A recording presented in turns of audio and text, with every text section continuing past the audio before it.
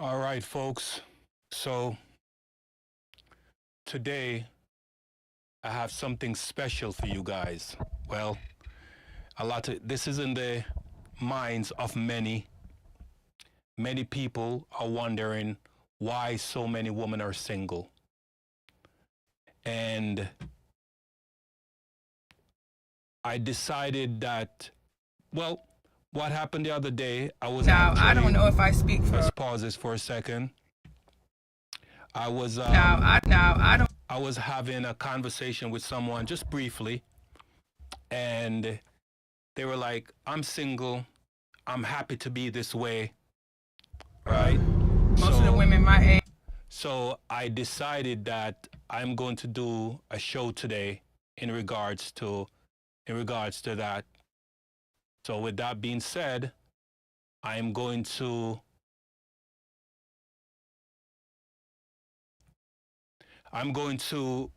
bring in some videos from TikTok. But before I do that, let me just grab something really quickly, right?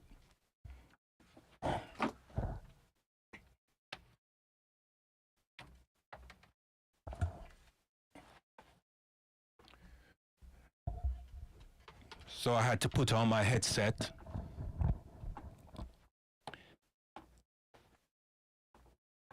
A lot of women are saying that them being single, well, they don't have to answer to anyone. They don't have to give anybody an account where they've been, where they're going, and what they want to wear.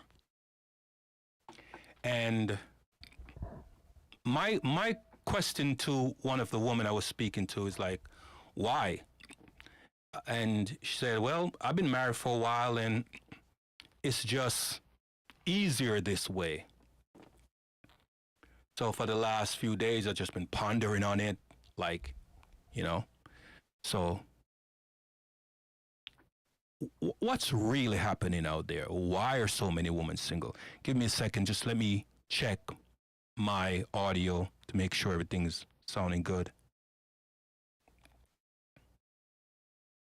1 second here.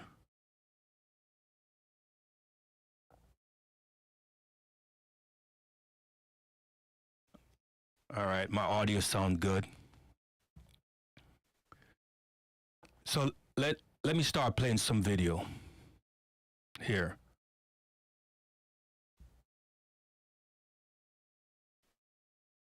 Age, but let me go back a little now bit. I don't know if I speak for most of the women my age, but I think I kind of do.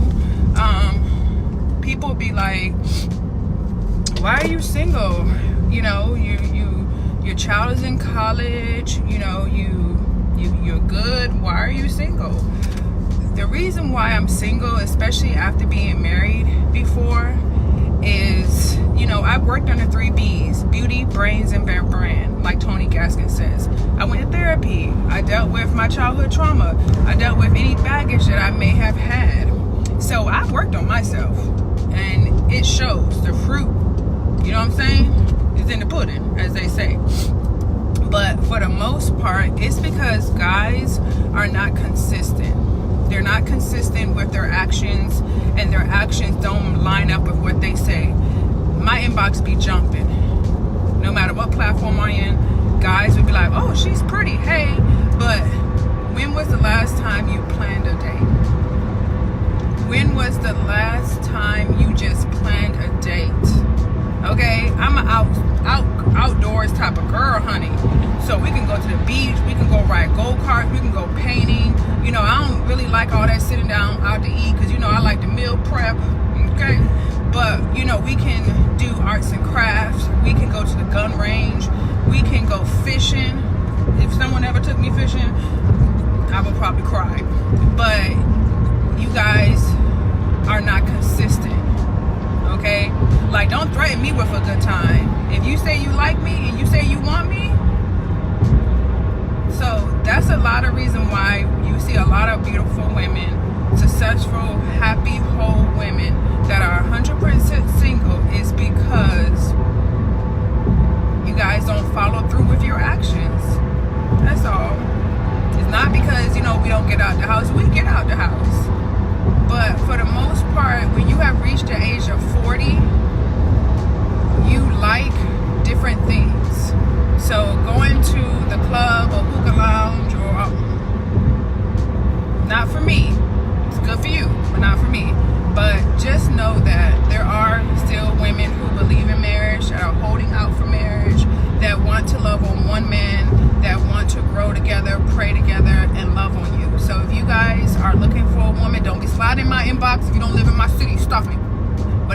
want a woman that you see online, then go for it, Tiger.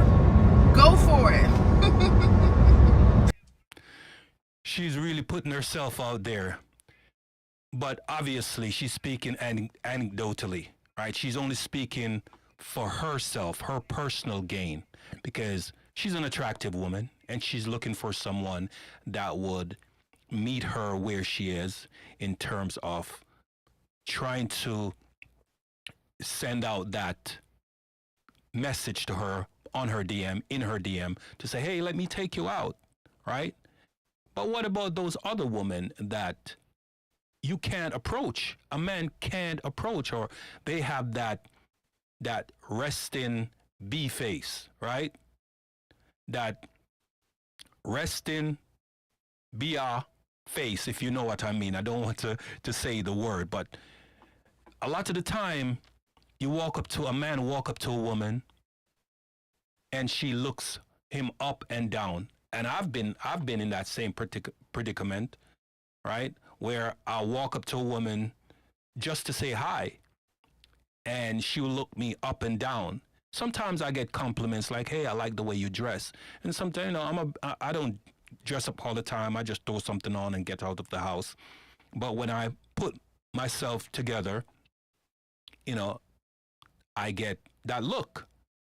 So when a man sees a woman and goes up to her and, hi, how you doing? And she may say, hi, how you doing? Or she just keep walking. And you want to wonder, like, why just she keeps walking? She can't just say hi? Or she has this mean mug on her face, that resting B face, right? And you say, hey, can I get your name? She say, I have a boyfriend, right? And if she really have a boyfriend and she's on her way, let's say you're driving a flashy car, she will turn back around and now try to introduce herself because you're driving a nice car. And you ask, what happened to your boyfriend? Or what happened to your husband? And she'll be like, he's not here. He's not really any concern right now. Let's not talk about him. Me personally, I've been told that, right? And I've had friends, colleagues, associates that I've been told that. And I've seen video where the guys would be told that in the videos. So a lot of women are single because they are making themselves single, because they have this high expectation, super high expectation, right? But let's continue with another video. I'm on the TikTok streets here. Why women stay single? Are just tired of men, the bullshit.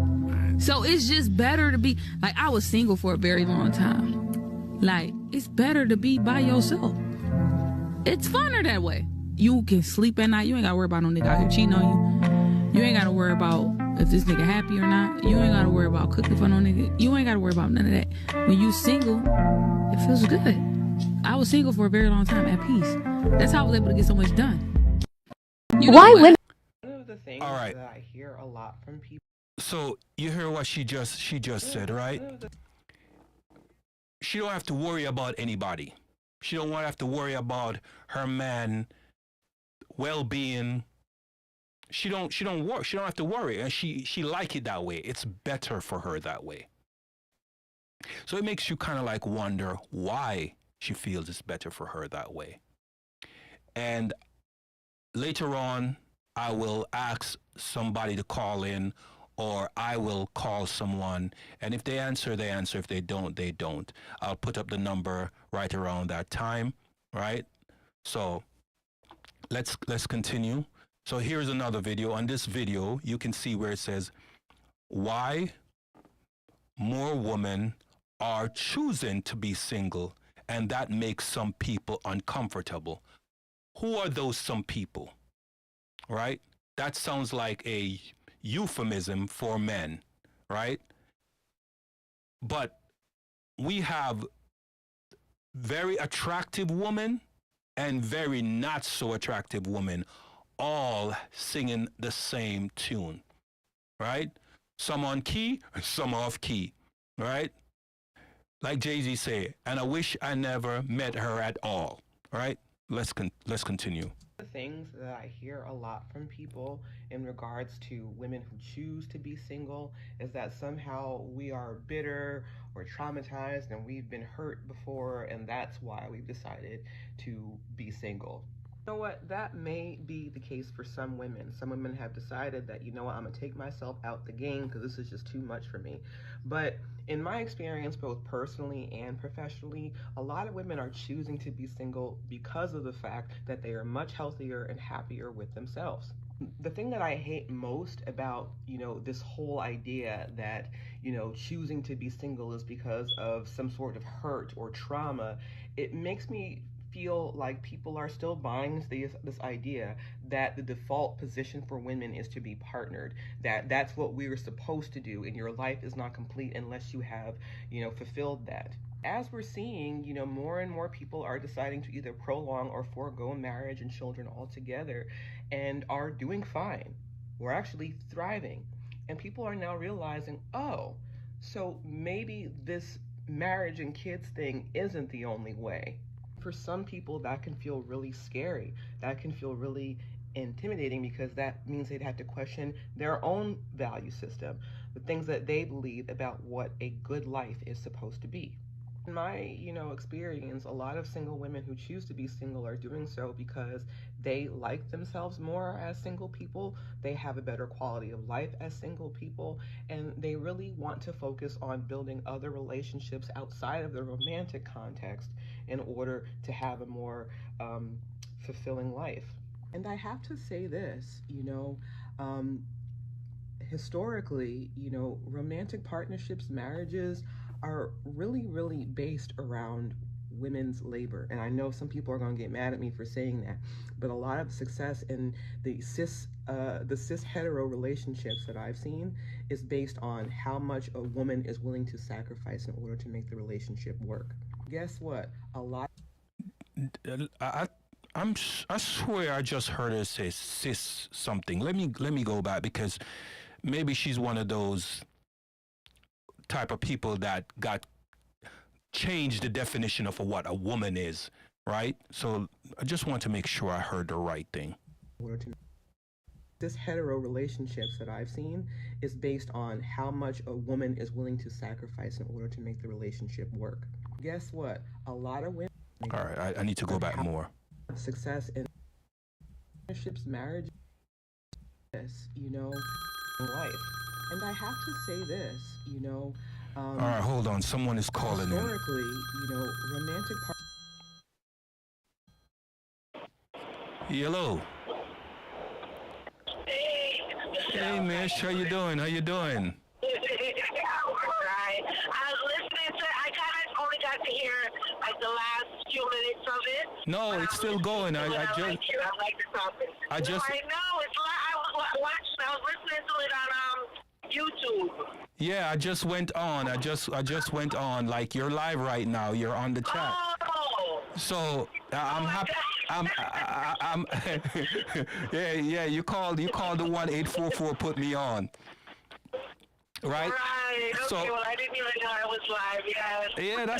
That's all right. It's this is why I sent the number out. This is why I touch bases with you. Okay. And hey, let's try to get some other people on, like with you or right after you. But I definitely want some opinions of women in the real world. Not I am streaming the TikTok, the woman on TikTok, but women that I know. So, in your opinion, I've known you. Hold on. I've known you since 19. How long? From we were young, right? And yes. I want you to tell me. I don't know. We speak every once in a blue moon, right?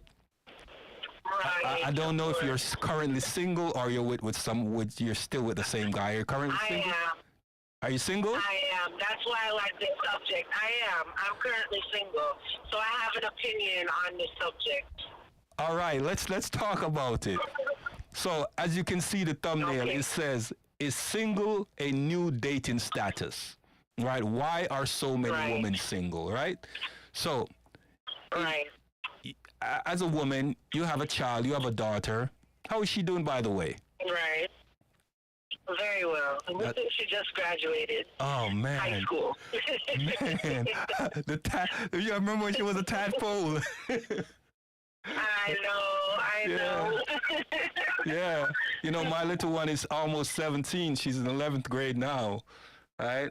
She's going to 11th grade. Yeah, that's awesome. Yeah. So, all right, let's go back, right, some years ago, and let's talk from back then when your relationship was bad and relationships were good. But I don't know if you want to go back as far as when you were dealing with that one guy that Chris and I almost kicked his ass. You remember who that person is? Right. Of course. All right, you want to talk? You want to start from there? Yeah. So I mean, so here. All right. So as I look back in my history, I have a history of being with toxic men, being attracted to toxic men, being attracted to people that are, I don't want to say beneath me, but just on a different level and a different train of thought that I have. Right? Now, to give you a little history. I was a rebellious teen. I left home at 16 years old. However, when I was in school, I was in honors classes. I was a straight A student. I dropped out of high school to be with a man. At 16 years old, I left home, right, to be with this man. I ended up not being with the man, and then, of course, you know the situation going forward. And I left from one toxic relationship into another. I've always been a very passive person when it comes to men. Right? You take care of me, and I'm just going to go along with anything that you say, you know, for the, I guess to say for love, maybe. That's what I thought it was. Now, fast forward, I'm in my 40s, I'm almost 50. And at this stage in my life, I've made so many mistakes. I know what's right and wrong now. I know what I want now. However, I still attract those type of men. And because of that, I'd rather be by myself. Because I don't want a man that, like, I'm working, he's not working. You know, I'm providing for my household. He's providing for the streets. He'd rather buy clothes and cars and shoes rather than set up a foundation, buy a house, you know, like long-term investments. He's thinking about the moment. I'm thinking about the future. And these are the things that have kept me single at this point because I refuse to give in to that type of stuff now. I have a daughter that just graduated high school. She's an entrepreneur. You know, I want her to do good. I want her to do great. You know, I want her to have her head on her shoulders. And I don't want her seeing men coming and going and like toxicity and bad relationships. So because of that, I choose to stay single. All right. For my child. Let me experience positivity. Let me ask this question, right?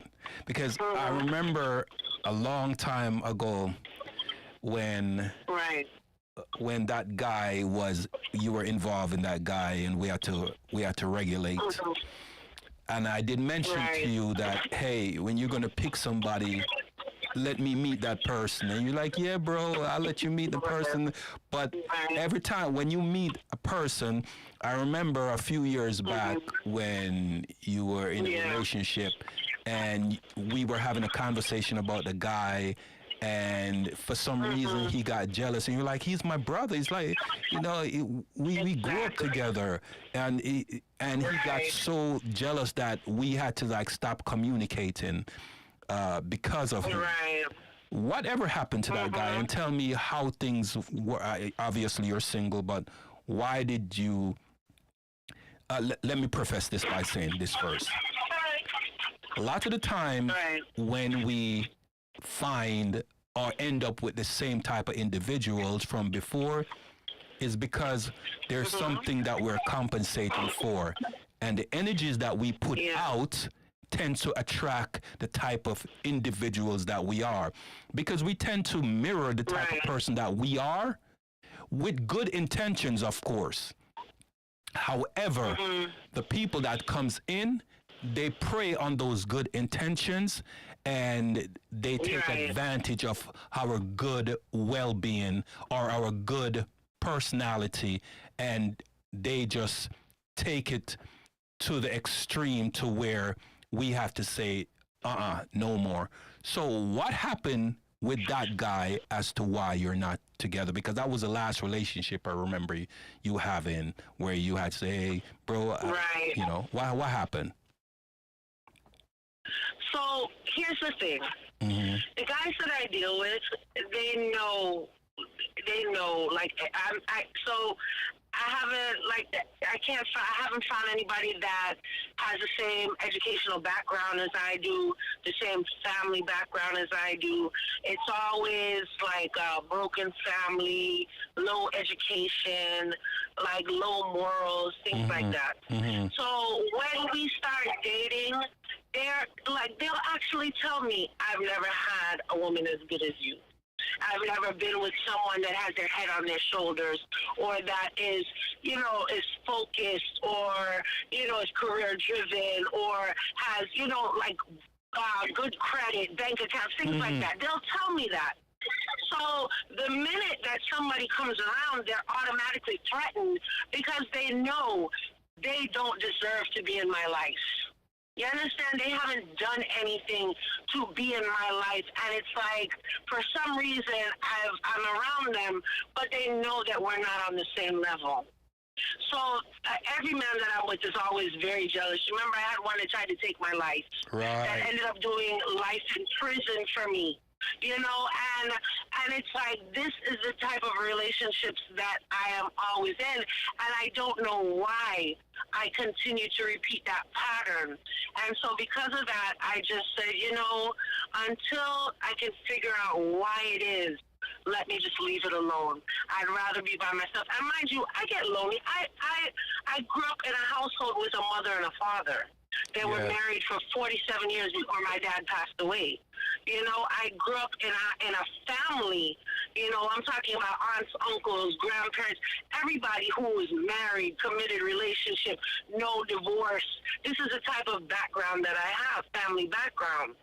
So me being the black sheep of the family, I'm the only one that dropped out of school, that had a child out of wedlock.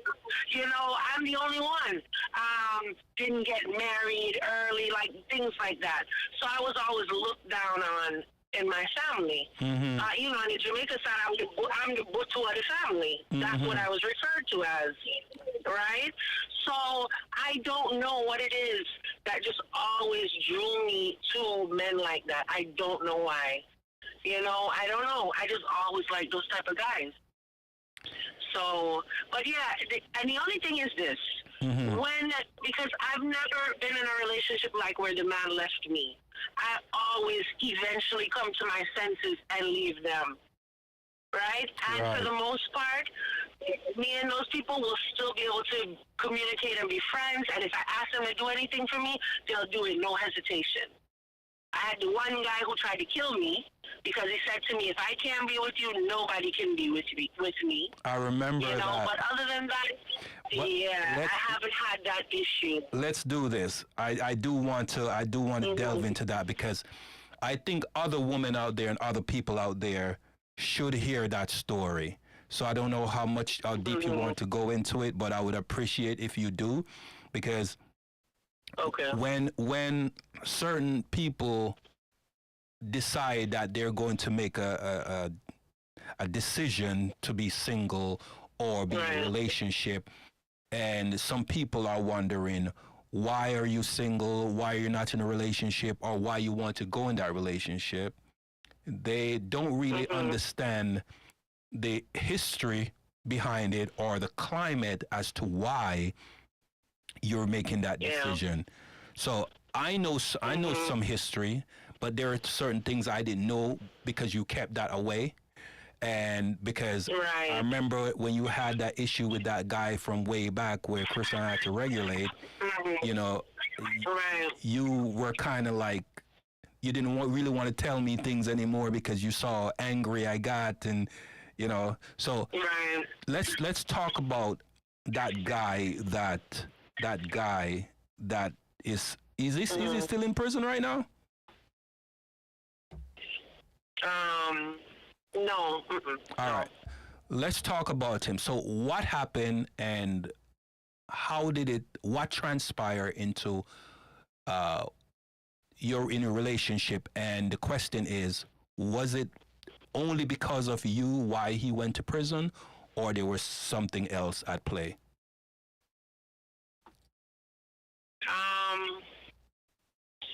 Well, so let me see. He's not in prison. He got deported. He actually got deported. How I was able to get away from him is that he ended up getting someone pregnant. And that was my excuse to be able to leave him alone completely. So once once the girl got pregnant, he kind of just focused more. His attention was kind of shifted towards her, even though he was still trying to be with me. You know, so, but I mean, luckily, I have to say luckily, because, you know, from back then I could have been dead by now. You know, I should have been dead, I should say. No. So I was able to overcome those things. You don't want to say you should have been. Well, because, listen. Well, okay, not okay. I cheated death. I cheated death. Okay. I cheated death. Okay, I can take that. I could take that. Right. Yeah, I do remember that story when you told me that you know, he had gotten someone pregnant, and I didn't get the full details. I didn't get the full details because you didn't really want to get into it because you were so hurt. Yeah. Yeah. Right. And I mean, so you have to remember, I mean, for me, it was a very embarrassing time because the guys that I dealt with, I mean, they're just, it like a normal, a healthy thinking person wouldn't even look twice at them. First of all, I have this attraction for ugly guys. Why, I don't know. But I like ugly guys. I'm serious. If they're too handsome, I don't want them. I like ugly guys. all right, back up for a second. Back up for a second. Back up for a second before you continue. I really don't want to throw you off. But I've heard that before, where women say they like ugly guy or almost ugly guys. Why? So my mother said to me, I go for the easy catch, the ones that I don't have to put any effort into. That's what my mother said to me. That somebody that I don't have to show my full potential. I don't have to, like, all right. So remember, you always like to cook. I never cooked because my mother used to cook, clean, and wash. Right? And when I was 12 years old, my mother realized, but wait, this child don't know how to cook. Because she never taught me how to cook. She used to tell me to come out of her kitchen. Right? So at 12 now, when she decided, okay, it's time to start teaching her, by that time, I used to hang out outside and play outside. And mind you, I was the only girl in my neighborhood. It was nothing but boys. So I was a tomboy. So she just said, all right, forget it, and didn't even bother to teach me. So I went through life not knowing how to cook. You know, I learned to cook in my 40s. Really? In my 40s. I promise you. In my 40s. Because all of my friends knew how to cook. Everybody, you knew how to cook. Right. You understand? Everybody knew how to cook. I didn't have to cook. And remember, I'm around nothing but Caribbean people, mostly Jamaicans. Right. So everybody cook up hot every day. And, you know, so I didn't go without food. Right? Right. So, True. So and I didn't have a boyfriend that said to me, no, you need to know how to cook. I was always clean. So So that compensated for not knowing how to cook. Well, the house is clean, the clothes are clean, I keep myself clean, so we're good with that. Mm-hmm. You know, also, I had a little brain on my shoulder. So I knew how to, you know, pay bills, save money, balance our checkbook back then when we were using checkbooks. I knew how to do these type of things. Paperwork, typing, computer, anything like that I could do. Right. So, you know, I was trustworthy, because if you give me your money and you say, hold it, when you come back for it, it's going to be there. I'm not one of those girls that's going to take your money and spend it. You know, so that's why, I didn't have a problem with guys, but I didn't have to put any effort into them either. I didn't have to do anything special or go above and beyond. So would you say that okay, I understand that. I know for 100% how clean of a person that you are. You know, your OCD, right? Right. But you didn't know how. right. But you didn't know how to cook. Was that? Yeah. Did that play a part in your relationship having issues? Did the guy, even though they say that or show that they didn't mind, did they show in their actions that they didn't mind that you did not know how to cook? No, never. Because every man I dealt with loved to cook. And that was another thing. Every man that was attracted to me, for some reason, they loved to cook. So I always had, I'm talking about up to the last man I ever had in my life, loved to cook. That's something that I've never had a man that didn't love to cook. And nobody complained about me cooking. Nobody. Okay. So I don't know. So you were going to say something in terms of you being single, because you did say that you being single, are you happier? Let me put it that way. Are you happy? Yes. Are you happier right now? Yeah. So go ahead. Don't get me wrong. I would love to have a man in my life. Since I'm 16, I've always had a man in my life. I don't know a time when I didn't have a man in my life. But I'm just tired of feeling insecure, not trusting, and the thing is, remember, I went to school with the intention of being a lawyer. I'm very observant. Everything that comes out of your mouth, I listen to it and I think about it. So you tell me you're going to be in Miami at 1 o'clock, and at 1:15, you're telling me, oh yeah, I've been in West Palm Beach. You know, it's like these are the things, and I'm going to give you an example. Yesterday, I spoke to this guy. We dated briefly, and yesterday he reached out to me. Hey, how you doing? How's everything going? And he tells me, because the last time we spoke, he had gotten laid off from his job. So I said to him, oh, so how's the work going? And he says to me, oh, life is good. I've just been vacationing. And I said, okay, all right. And he tells me, yeah, as a matter of fact, I'm out of town right now. Right? I didn't ask him this. He said this to me. And then 5 minutes later, he tells me, oh, I'm heading to Miami in Hialeah or something like that at a casino. And I'm saying to myself, wait a minute, this man just told me he's out of town. But yet 5 minutes later, he's telling me he's heading to the casino in Miami. So he's lying. And I'm exactly, and I'm like, why? That was so unnecessary, because I didn't ask you that. You just told me this, and then 5 minutes later, it's like you forgot what you said. If you were telling the truth, you wouldn't have to remember what you said 5 minutes ago. So this is another thing. It's like, for some reason, I keep meeting, men that lie a lot. And I just said, I can't be bothered. It's not worth my time. Do you think or feel that you have a God complex, where you put out that energy because you see something in these men and you think that you could fix them? Do yeah, I do. You okay? I do. Okay. Now, Yeah. let me ask you another. Go ahead. Well, let me just say this to you. Mm-hmm. I've been told over and over again that I'm very intimidating.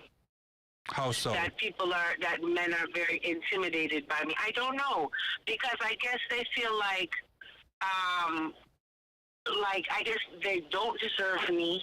I come into their life. They don't understand why, what it is that made me come into their life, because we're into different things. Mm-hmm. But I come into their life and I love them and I treat them, because I have this thing about treating a man like a king. You treat me like a queen, I'm going to treat you like a king. This is how I saw my mother take care of my father. I expect the same. And for the most part, ever since the guy who tried to kill me, no man has ever done that. Has ever done anything like that. I've never had a man put his hands on me, abuse me, anything like that. So I come into their life and I treat them this way, and it's like they don't know why. Why would I love them the way I love them? And so they feel intimidated because they know that I know things that they don't know. I don't know how to describe it. It's just, this is what I've been told many times. And then especially after all of that, I always walk away from the relationship. And it's like, why? But you put up with me for so long, because I invest years into these men. And then one day I realized, what are you doing, Michelle? Leave this person alone. And I just cut them off clean. After putting up with the same foolishness for years, this is what I do constantly. So, Mish, let me ask you this one question, because I can tell you from personal observation and even observation of my life and others that I know. Right. I asked you just a few minutes ago about the God complex, where you think you meet someone and you think you can fix them. Was that something you think or you believe you inherited from your mother?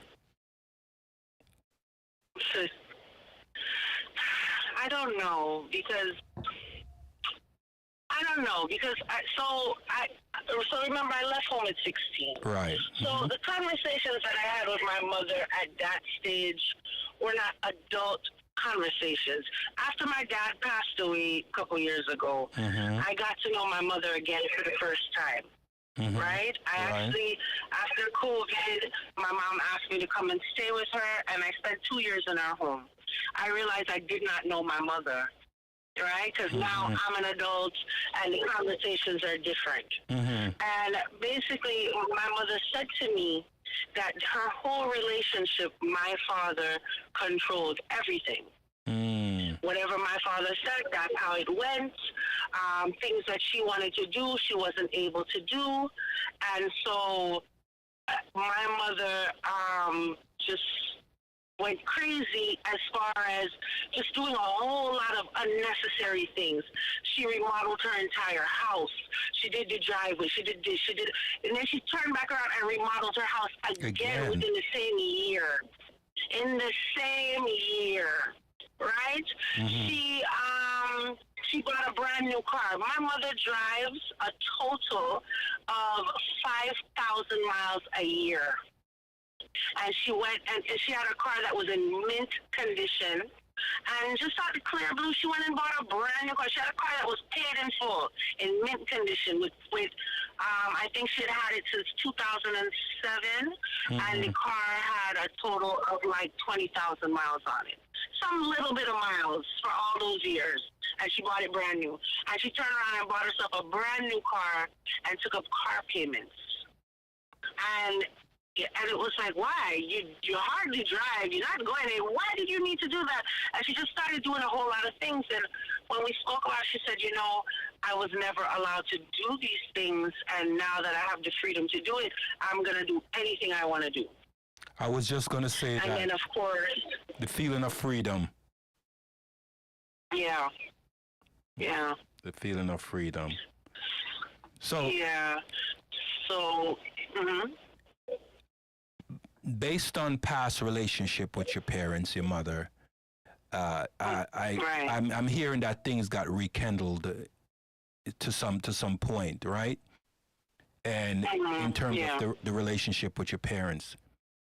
And have you sat down with her, besides her telling you that now she's got the freedom, she was never able to do those things? Have you sat down with her and asked her how, if she can give you a advice of how to deal with your future relationship if and when you decide to get in a relationship, so you can get her perspective based on is she healed, by the way, from that previous marriage relationship? Well, so the thing is this. Although my father was the ruler, right?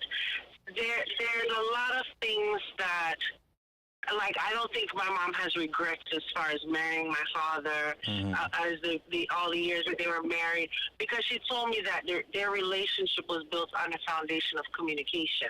Okay. And she said to me, you cannot have a successful relationship if there's no communication, because the day will come when sex is no longer an option, which is what happened in the end with my father. He passed away days before he turned 85. So, and my father also had dementia and then eventually Alzheimer's. However, one thing in my household, we used to sit down and eat together every night. Right? We sat at a table and we ate together, the whole family, every night. And my parents kept that tradition going even when there was no children in the house anymore. They sat down and ate together every single night. They have a conversation. In the morning they wake up, they have a conversation. They speak to each other throughout the day. And so when my dad's mind was going and even his speech was going, they would still sit down next to each other every day. And my mother would tell him about her day, and my father would mumble things. And she didn't really understand him, but she would say, yeah, okay. And just, like acknowledge it like she knew what he was saying, because that was their relationship from the beginning. They always communicated. Give him that peace of mind. A problem that I have, yes, and a problem that I've always had with my relationships is that our communication was very limited, and the communication that was had was very deceptive. So it's like I wouldn't even know if the person was telling me the truth or not. A lot of the relationships I've had in the past, the man wouldn't even really express his feelings. The vocabulary was very limited. I always dealt with, I always had this thing for like rude boy type of guys. Right. A man with a little thug in him. So bad man that do them thing there. I'm not gonna talk about that kind of stuff. And so these were the restrictions. These were the issues that I had with my relationship. Let me ask you this. I used to keep a lot of my feelings bottled up. I know about that. Let me ask you this. Did your father display that same type of personality, that bad man type of personality? No. Okay. No. My father was an uptown man. He was a society man. So that's why I told you I was the Butu of the family. Right. They called me the Butu. I was, Explain that. Hold on. I wasn't raised like that. Hold on. For those that don't know, right, explain what a Butu is. So a Butu is basically like a low-class, uneducated person, predominantly from like the ghetto. So like, all right, in American terms, you're ghetto. You're loud. You're ghetto. You're ignorant. You don't have any intelligence. Like, that's what I was called growing up, because of the type of people that I associated myself with. Okay. I associated myself with thugs and criminals and drug dealers, and that's the type of people that I hung out with. But I wasn't raised like that. I went to private school. I grew up in a house with a mother and a father. I was educated. I have degrees, things like that. That's how I was raised. So I was just completely different than how I was raised. All right. You said something very important, and you've mentioned it before. Mm-hmm. You talk about your education, you talk about your degree, your intelligence, your level of intelligence in comparison to the man that you decided that you want to have a relationship with. So you said that they were a bit intimidated. Do you think that that played some part in them feeling intimidated or less than? Do you think that played some part in the relationship going awry and the abusive nature of the relationship to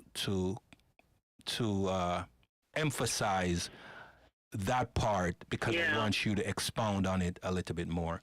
Do you think that had some that some relevance in why your relationship always turned out bad? Yeah, because, I mean, like, going back to what I was saying, like, just being in a relationship with these guys surprised them, right? They couldn't understand, like, what is it that, made you decide to say yes when I, spoke to you? Mm-hmm. And then I would spend years with them, like, okay, for example, I've never been in a short-term relationship. Yes. I've never been in a relationship with someone for like less than 2 years. Most of my relationships were between 5 and 7 years. Mm-hmm. My last relationship was 14 years. The one after that was 5 years. Mm-hmm. I spent years with these people and knowing that I have no future with them. No future. Wait, but pause. I literally told myself. Pause for a second. Pause for a second. Yeah. I'm hearing two things here. You spent years with them, knowing. That's number one. You spent years with them. Number two, knowing that you had no future with them, and you still stayed. Yes. I settled. Why? Because I don't know. I have no idea. It's something that I just repeatedly do. And all right, let me tell you about my last relationship, the 5-year relationship. Okay. When this guy approached me, I'll never forget, the first time he ever spoke to me, I said to myself, oh my God, this freaking ugly boy, he needs to move. What would I be doing with him? That's the first time I ever spoke to this guy. I don't know what happened between that time and the moment that I decided to go out with him. I can't remember how it happened. And would you believe that after our first date, I knew that I wanted to be with him? You knew you wanted to be with him? I decided at that moment, yes, I'm going to date this guy. Right? Now, mind you, I didn't know his history at that point. But remember, the first time I met him, I was like, this guy, and remember, I always talk to ugly guys, but him, to me, he was like the ugliest guy. And I was like, oh, no, what the hell am I going to do with him? Right? But then I went on a date with him, and all of a sudden I was like, oh, yeah, he's so nice. He's so sweet. I could see myself dating him. And then it didn't even take long before I started seeing his true colors. But every time I caught him in a lie, every time I caught him doing something wrong, he would just say something. And this went on for 5 years. You conked out for your breakup for a second. Hold on. You went out for a second. You say he would just say something. What did he say? He loves me. Oh, he's so sorry. Oh, it'll never happen again. He can't live without me. I'm the best woman he ever had in his life. His mother would even tell me that. I'm the best woman he ever had in his life. That was the favorite line. And whatever it is he would say, I would just melt and say, okay, let's try this again. But we continue to try this again over and over again. I've left him many, many times. Many times, and I'm talking about in the space of several years. But he would always find a way to say something that would get me right back in. Do you think that you had an inferiority complex? as to why. Obviously, I do. Obviously, I do. Because there's no way if my self-esteem was at the level that it's supposed to be at, there's no way I would have even looked twice at somebody like that. Or probably any of the guys that I dealt with in the I've only had one good man in my whole life, and he passed away. Unfortunately. And it was my fault. Yeah, I cheated on him. I cheated on him. Wait, back up. Back up. I cheated on him. The one decent guy in my life, I cheated on him. Yes. Yep. Are you serious, Michelle? The one decent guy I ever had. I am dead serious. He was the best man I ever had in my life. And I cheated on him for my daughter's father. Yeah. Yep. And so that's why I always say this is my karma for what I did. Yeah. Oh. This is my karma. Yeah. Yep. I was gonna ask you another question, but I think I threw you off with that. Yeah, you threw me off with you threw me off with that. You threw me off with that. I have to add this to it. I don't know. Did you hear? I heard the other sound too. I heard it. I heard it. Yeah, trust me. I kick myself on the regular for that one. Because I had a man that loved me, that was genuine with me. He catered to me. He gave me everything I wanted. He did without to provide for me. I came first before anything else. And this one was educated. This one had intelligence. This one had common sense. He was well loved and respected. And he was too decent. I finally had a decent man, and I chose a friggin' Butu over him. Guilty. I chose a Butu over him. Yeah, I did. Okay. I did. You know, this is the common situation. A woman will meet a good guy. Oftentimes, a woman will meet a good guy, and she will take the good guy for granted and cheat on the good guy with some bum dude. Nobody. With some guy that is not even can't even hold a candlestick to the good dude. Exactly. Yeah. You know, I never knew you did that, Michelle, but I'm going to ask you this question because I think I want to hear more about this, right? We're on this call longer than I wanted to because I wanted to call other people, but this particular episode in your life story, I want you to tell the story. So I'm going to ask a question and kind of lead the storytelling, but I want you to tell it. Now, just like you mentioned before, that ugly guy came up to you and you talked to that ugly guy like, do you think you have a chance with me, ugly guy? And you still gave him a chance. Exactly. Now, with this good guy, how did that relationship start?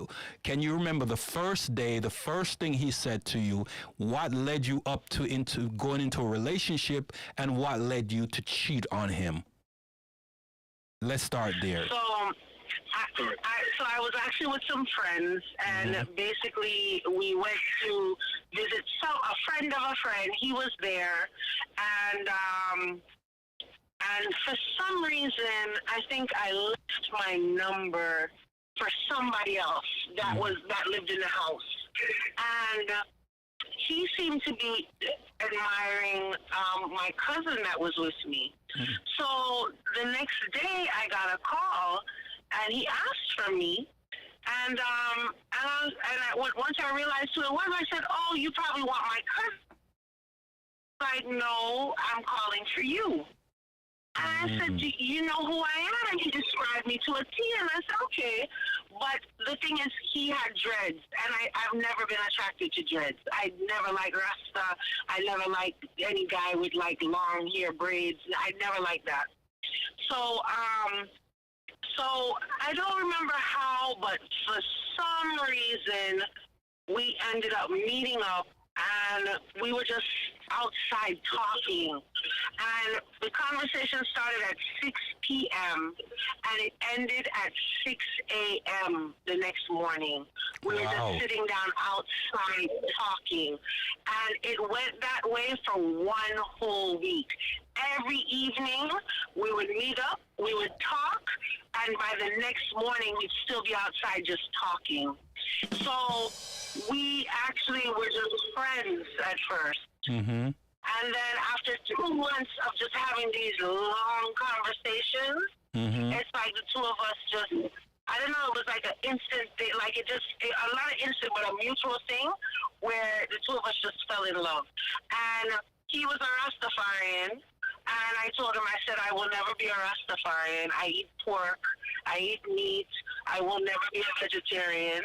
And he said to me, he'll never try to change me. And I agreed that I would never try to change him.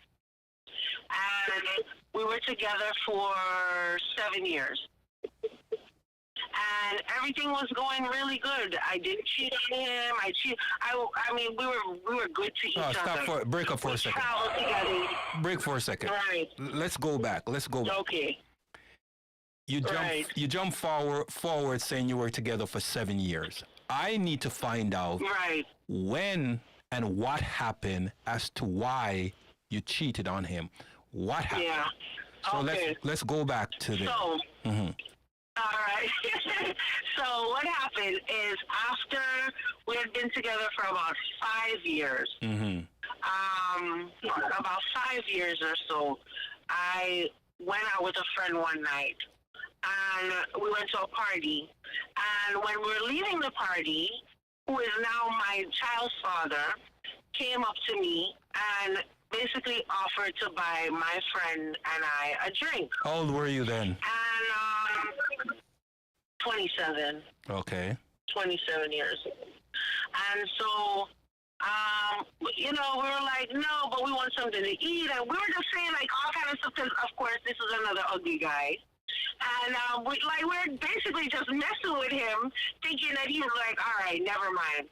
But to our astonishment, he bought us drinks, food, and whatever. And that went on for the whole night. Like, he was basically just like showering us the whole night, taking care of us the whole night at the after party. So anyway, he asked for my number, and I don't know why, but I decided to give him my number. I didn't like him, but I gave him my number anyway. And long story short, every time I spoke to him, or every time I spoke to him, every time I saw him, he would give me money. I don't have to tell you what type of work he did. He was a street side pharmaceutical, right? Okay. So every time I saw him, I got more money than the time before. And I guess I was so attracted to that, like just having somebody just constantly giving me money. And at the time, my boyfriend was not working. And I was really frustrated with him because I'm like, what's going on? And he told me, oh, I'm a Rasta, nobody will hire me. And I'm telling him, but back then, you know, it was a little different than how it is now. Like, at that time, you used to have to, like, if you worked in an office environment, you had to have, you know, your hair had to be a certain style. You couldn't have unnatural colors. You had to be dressed professional all the time. It was a different time in the workforce, right? Your hair had to be neat, whatever. But I told him, I said, you know, I went to the post office. I saw somebody with dreads.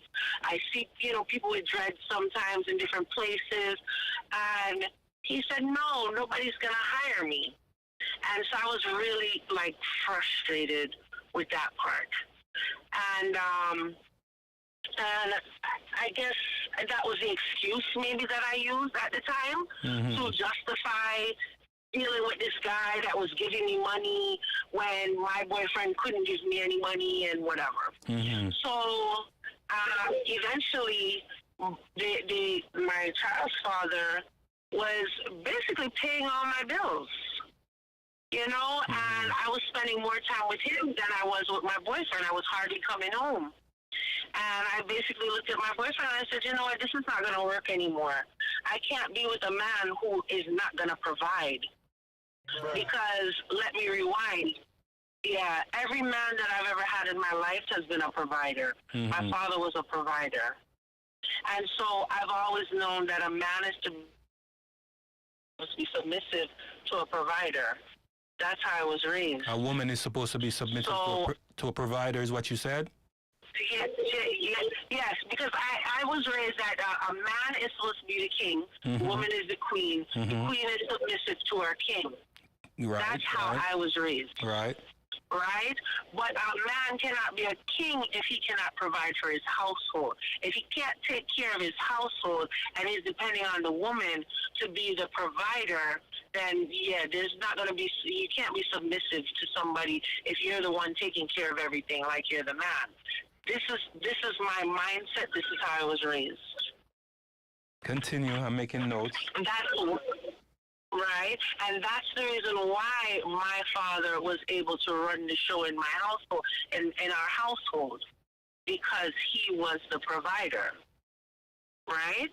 So anyway, so going back to my boyfriend now, I found it hard to respect him because he couldn't provide. Right? And so I stopped dating, I stopped dealing with him, and I went full time to my child's father. Now with my child's father, I didn't even have to work. I didn't have to do anything. He did everything for me, financially. Right? And so I fell in love with that lifestyle. Traveling, he bought me a brand new Lexus. He did everything for me financially. So, and mind you, I only have one child. Right. So this is the man that I had a child with. Right. So let me ask. So the money was the power that got you to shift from the guy that really loved you. Yeah. And right. At what point did you regret your decision?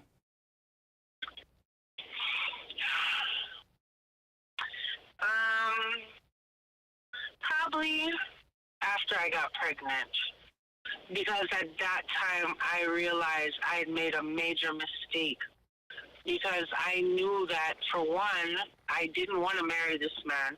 I remember I come from a family that doesn't believe in having children out of wedlock. And I had a child at 30 years old.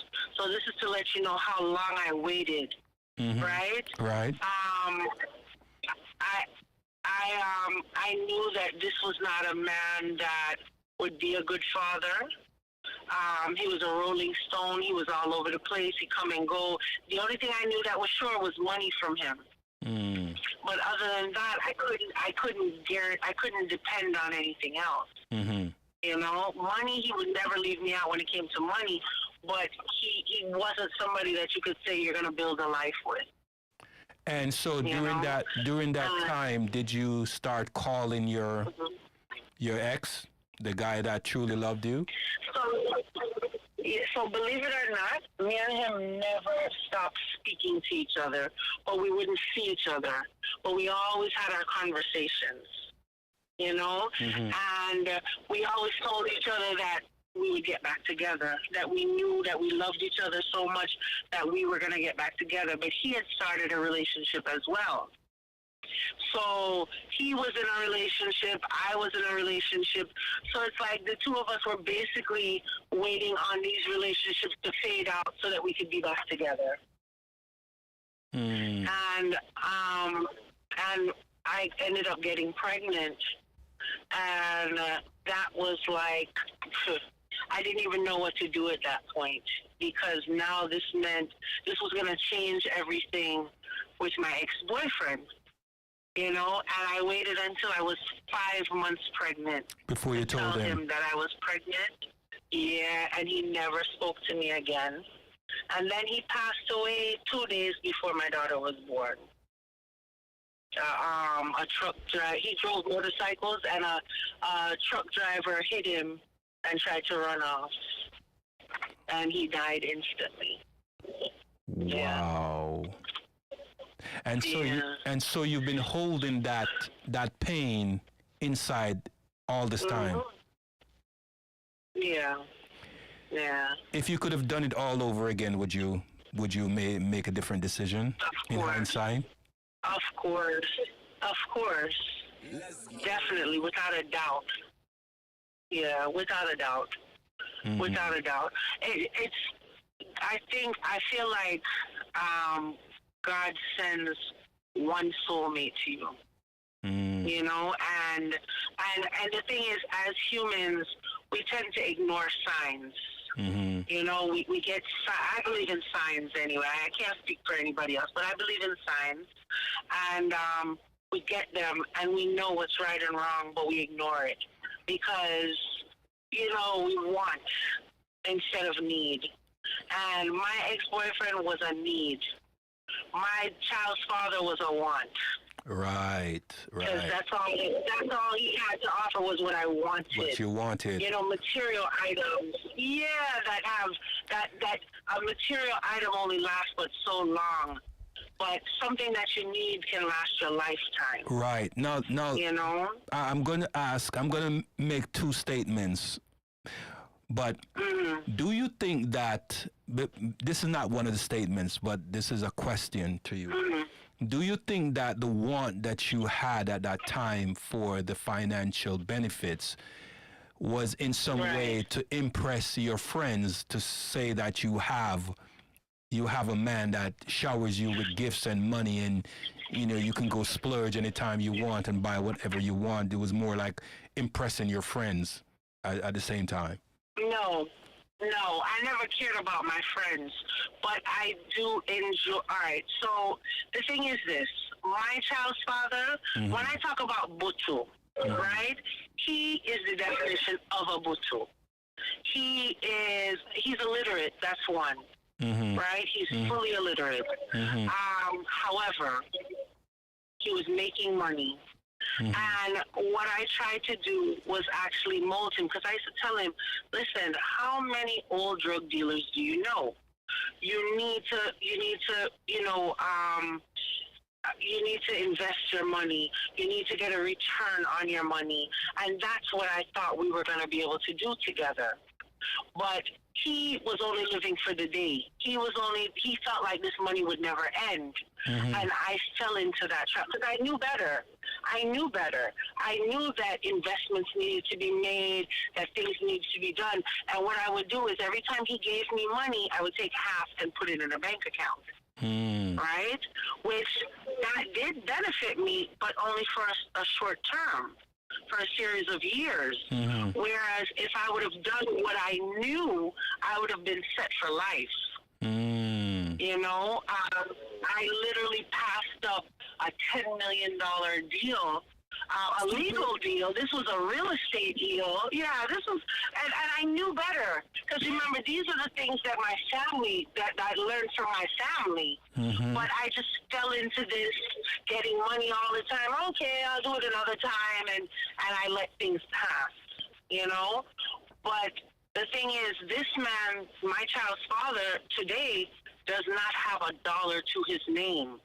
When I was with him, he was a millionaire. And he does not have a dollar to his name because he just felt like this money was never going to end, and all he used his money for was material items. That was it. So let me make these two statements based on what I heard what you said, and it's the common is the common statements I've heard from women and men over the years. And you know, I've been around for a couple 100 years. You know, I like to say that. Of course, right? Of course. Woman, this one is for you.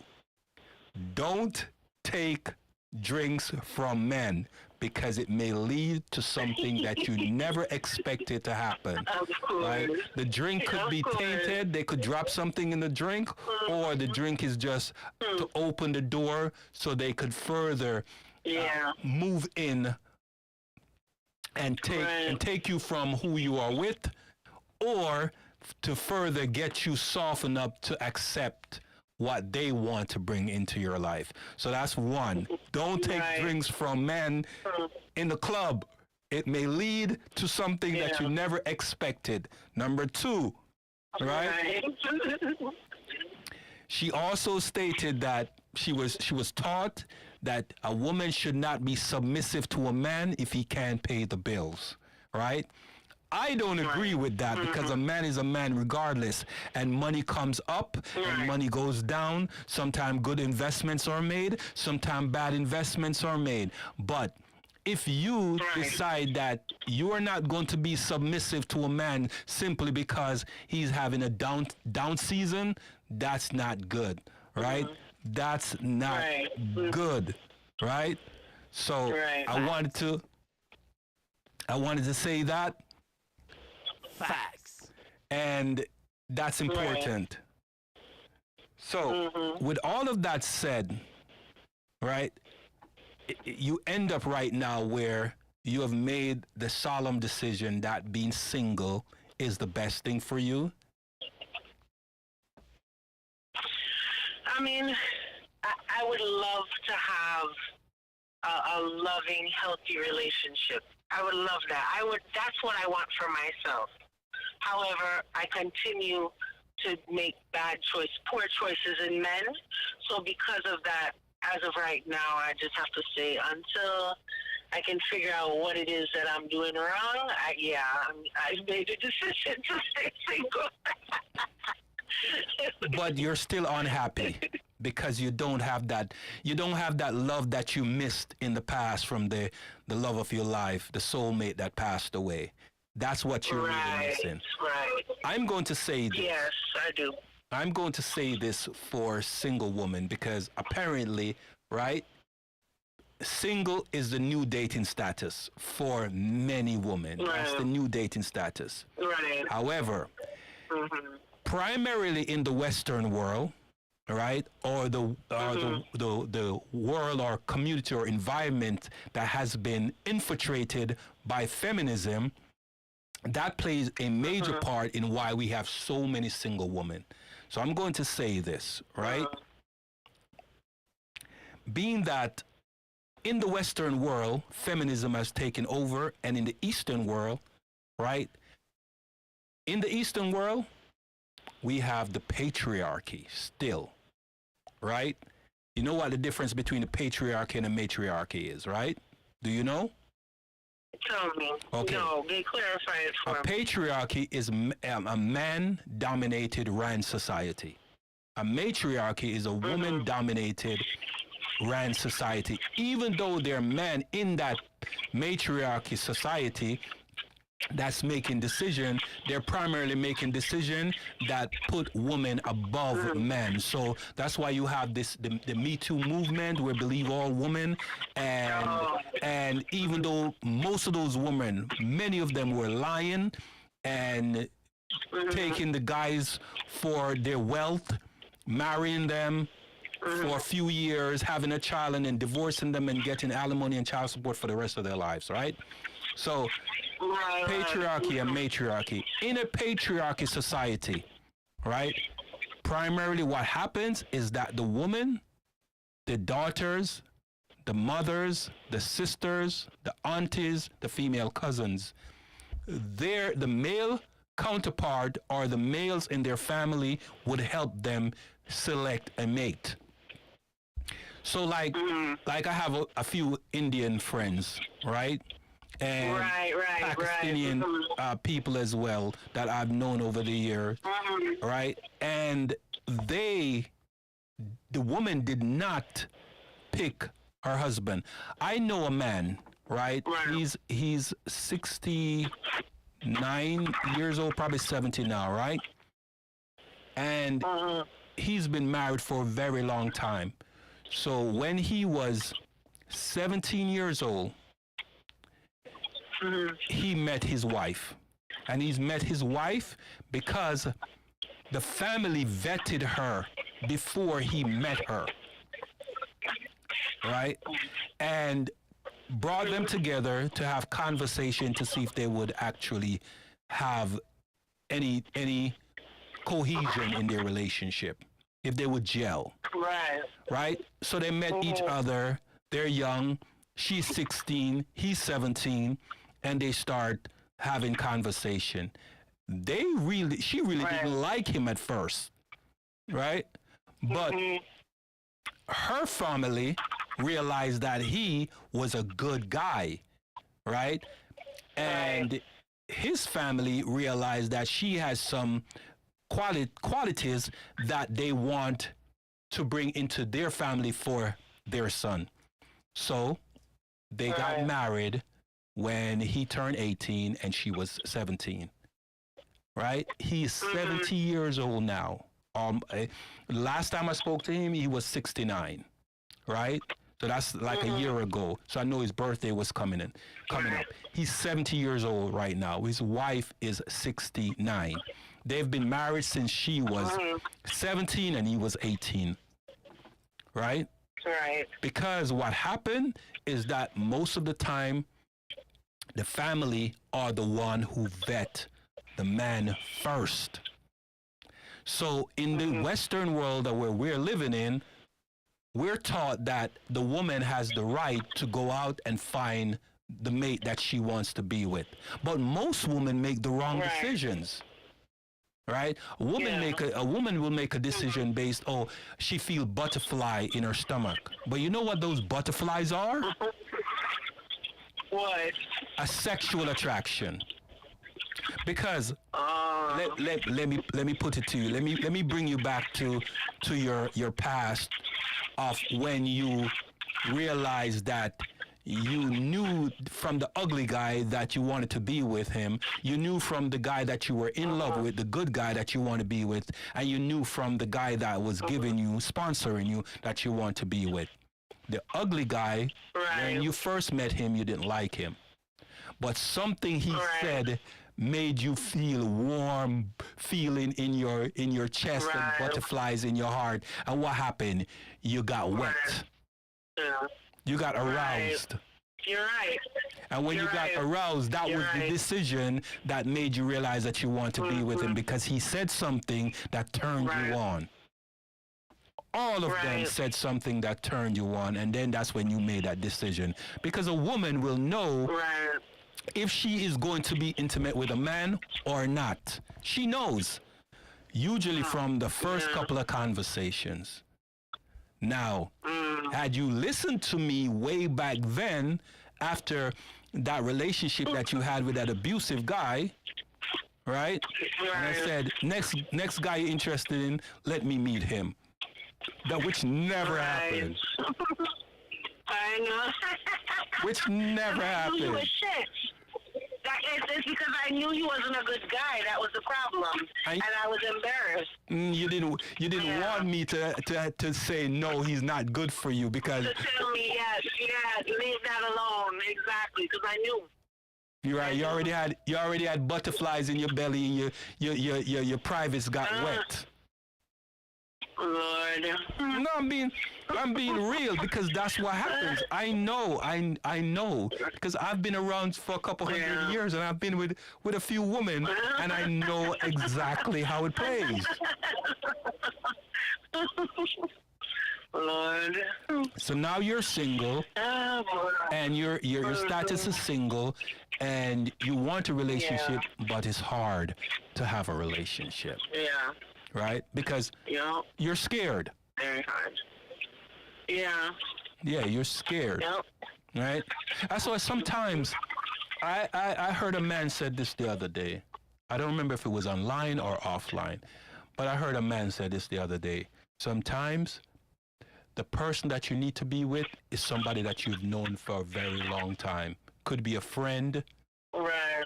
And because whatever happens in that relationship, when you have a friend that you've known for a very long time, that friend is going to be so open with you that there's nothing to hide.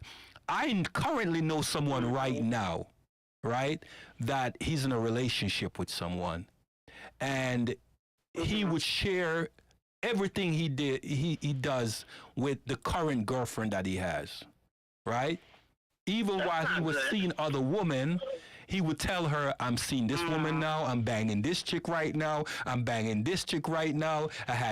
You're saying he would confess those things to his woman? Before that was his woman, they were just friends. Oh, okay. Right? And she would tell him things, and so they had such an open, candid relationship that they weren't pretending. So now that he realized that, wow, this is a good woman, and she realized, wow, he's a good guy, right? They realized that they need to step in a different direction. Friends became lovers and now in a relationship, a happy relationship. I know them personally, right? But let me tell you something. Go ahead. Let me tell you something, though. Let me interrupt you. Human nature, that can backfire, because sometimes when friends become lovers, remember, she knows his dirt, he knows her dirt, and that becomes paranoia, because she knows that prior to her, he always had different women, or he knows prior to him that she always slept with different men. So the minute she goes missing or he goes missing, then they start thinking, oh, he's cheating on me, he's with somebody else, or she's cheating on me. That doesn't always work out. Sometimes friends becoming lovers backfires. That's true. But let me ask you this question. When friends become lovers, what is there to lose if they had bad relationships prior? That's true. Right? Right. There is nothing to lose. The worst that can happen is that the two friends are no longer friends. But in most cases, I can tell you from personally, that I have relationships with women in the past that I still talk to, right? That friends and became intimate partners, or intimate, I don't really like to use the word partners, but intimate with each other. And I'm still friends with them. Like, have conversations with them, right? And so it can turn out to be great, or it can turn out to be bad. But what is there to lose? Because if you already know about a person, there is nothing hidden. Everything is already in the open, right? You just have to be confident enough in yourself to laugh about it. Take it with a grain of salt, because unless you have an insecurity issue, and let me tell you how insecurity issues work in my experience, right? And I'm not just speaking anecdotally, I'm speaking in generality. I know other people that have had these same experience, what I'm going to tell you, right? So, when a person has insecurity, oftentimes it's because they know their character. They know that they would go out and they can't trust themselves, though there's a possibility that they will cheat given the opportunity. So because they know that they'll cheat given the opportunity, when their spouse goes out, they get jealous. They act out because, like, I used to be in a relationship, right? And I wasn't the one cheating in the relationship. As a matter of fact, I did not cheat during the relationship, right? However, every time I go out and I'm out for a certain period of time, I would get a call. And I was like, what's going on? She was like, oh, just calling. So what's going on? I told you I'm just going to the store, or I'm going to go see this person, pick up something from him, and I'll be back. Oh, I asked you how long you'll be back, and you said about an hour and a half, and it's 2 hours now. So I was like, okay, it's 2 hours now. Why are you calling though? Well, I'm not really jealous. I'm just concerned, right? Oh, geez. That's what I would be told. I'm concerned. All along, Right. reason why she was concerned is because she was cheating. Oh, she wanted to know how much time she had to do what she had to do? No. She was insecure because she thought because I'm out for longer than I said I would be out, I'm cheating. But it was because she was already cheating, so she knew what she was doing. You understand? Right.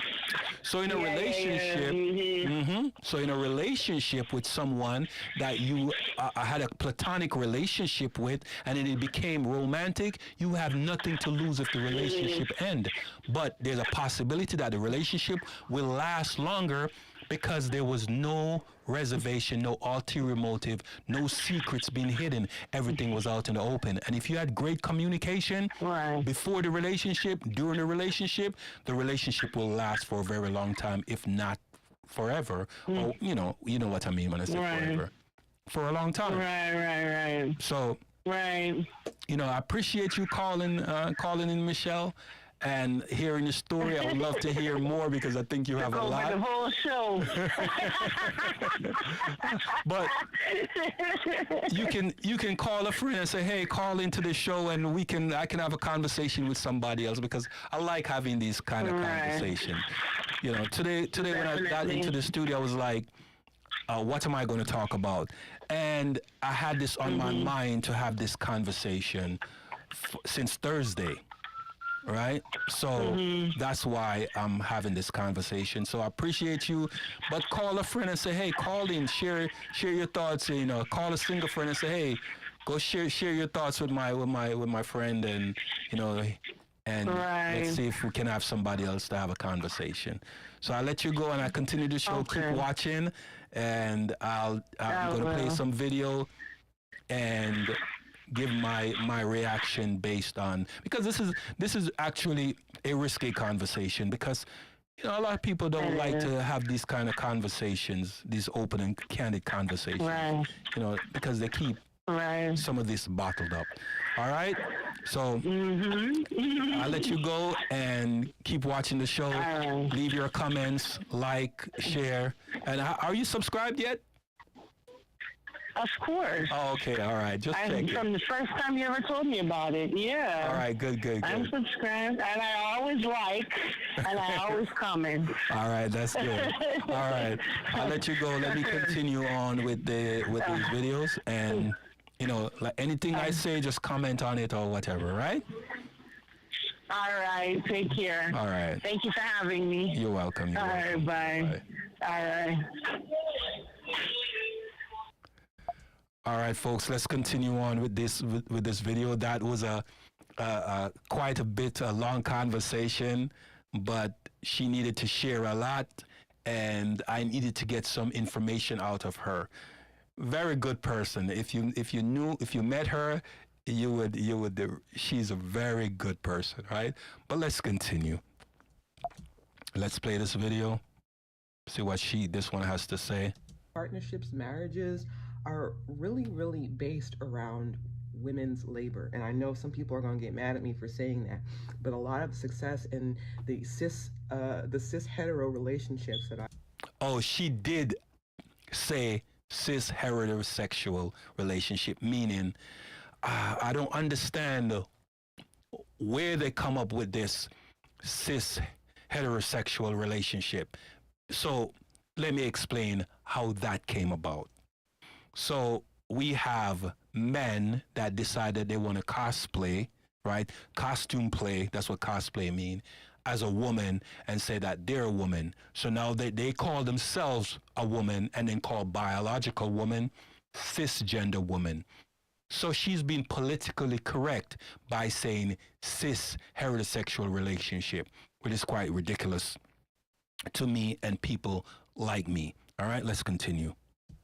I've seen is based on how much a woman is willing to sacrifice in order to make the relationship work. Guess what? A lot of women ain't trying to do that. They understand that the cost really are not aligned with the benefits, and so they are choosing themselves. And I applaud those who are making that choice. It takes a lot of courage and humility to look at yourself and and be able to say, you know what, all these societal norms don't really work for me. I'm going to choose something different. For those who are threatened by that or who don't understand that, I really want to encourage you to sit with that discomfort and think about what that is. What is making you so uncomfortable about someone else's life choice that is working for them? Is that somehow making you question yours? One of the things that I hear a lot from people. All right, so that's another video I just played. Let's move on to the next video. If you take 100% of women and you take 100% of men, 80% of women want 20% of men. The math ain't mathing. Which is very true, right? So when he says 80% of women want 20% of men, those 20% of men are usually high net worth or high status men, high value men, as the statements usually say. When women say, I want a high value man, right? So that 20% is what he's referencing to. 80% of women want 20% of men. And it has been that way throughout history. When a person has a high net worth or some status, nobility, they tend to want that guy. Why? Because many women want to live the lifestyle of opulence, luxury. They want to be seen by their peers and have the upper hand, or use that as a way to say, I am in a higher class or I'm better than you. So those 20% of men is why those 80% of women want them. Let's continue. And what do I mean they want 20% of men? Well, they want somebody who's making a little money. Most women like somebody who's attractive because they don't really want to sleep with somebody they're not that attracted to. So you got to be attractive. To even be able to sleep with that woman, you got to have a mouthpiece of some sort. So you got to have some charisma. So hold on. So you need to have money. You actually got to be relatively attractive, and you got to have charisma. You just knock down majority of the population of men.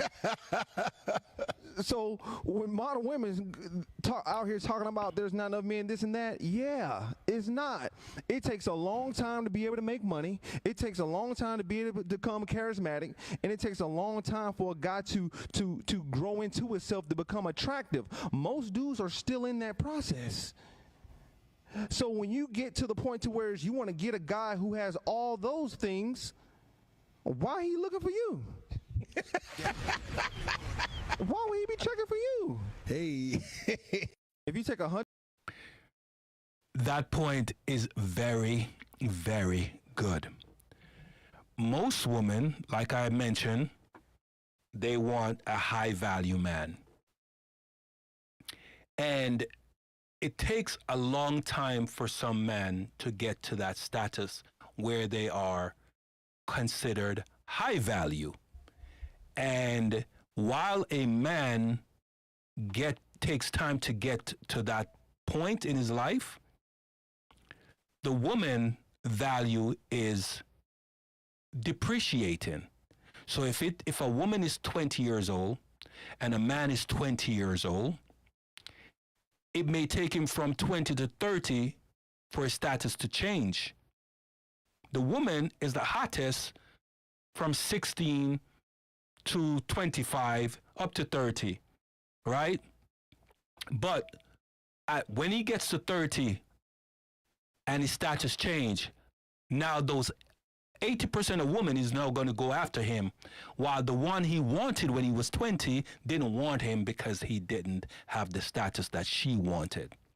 So hence, her value is going down and his value is going up, right? So with that being said, let's continue to the next video. Everything is upside down nowadays.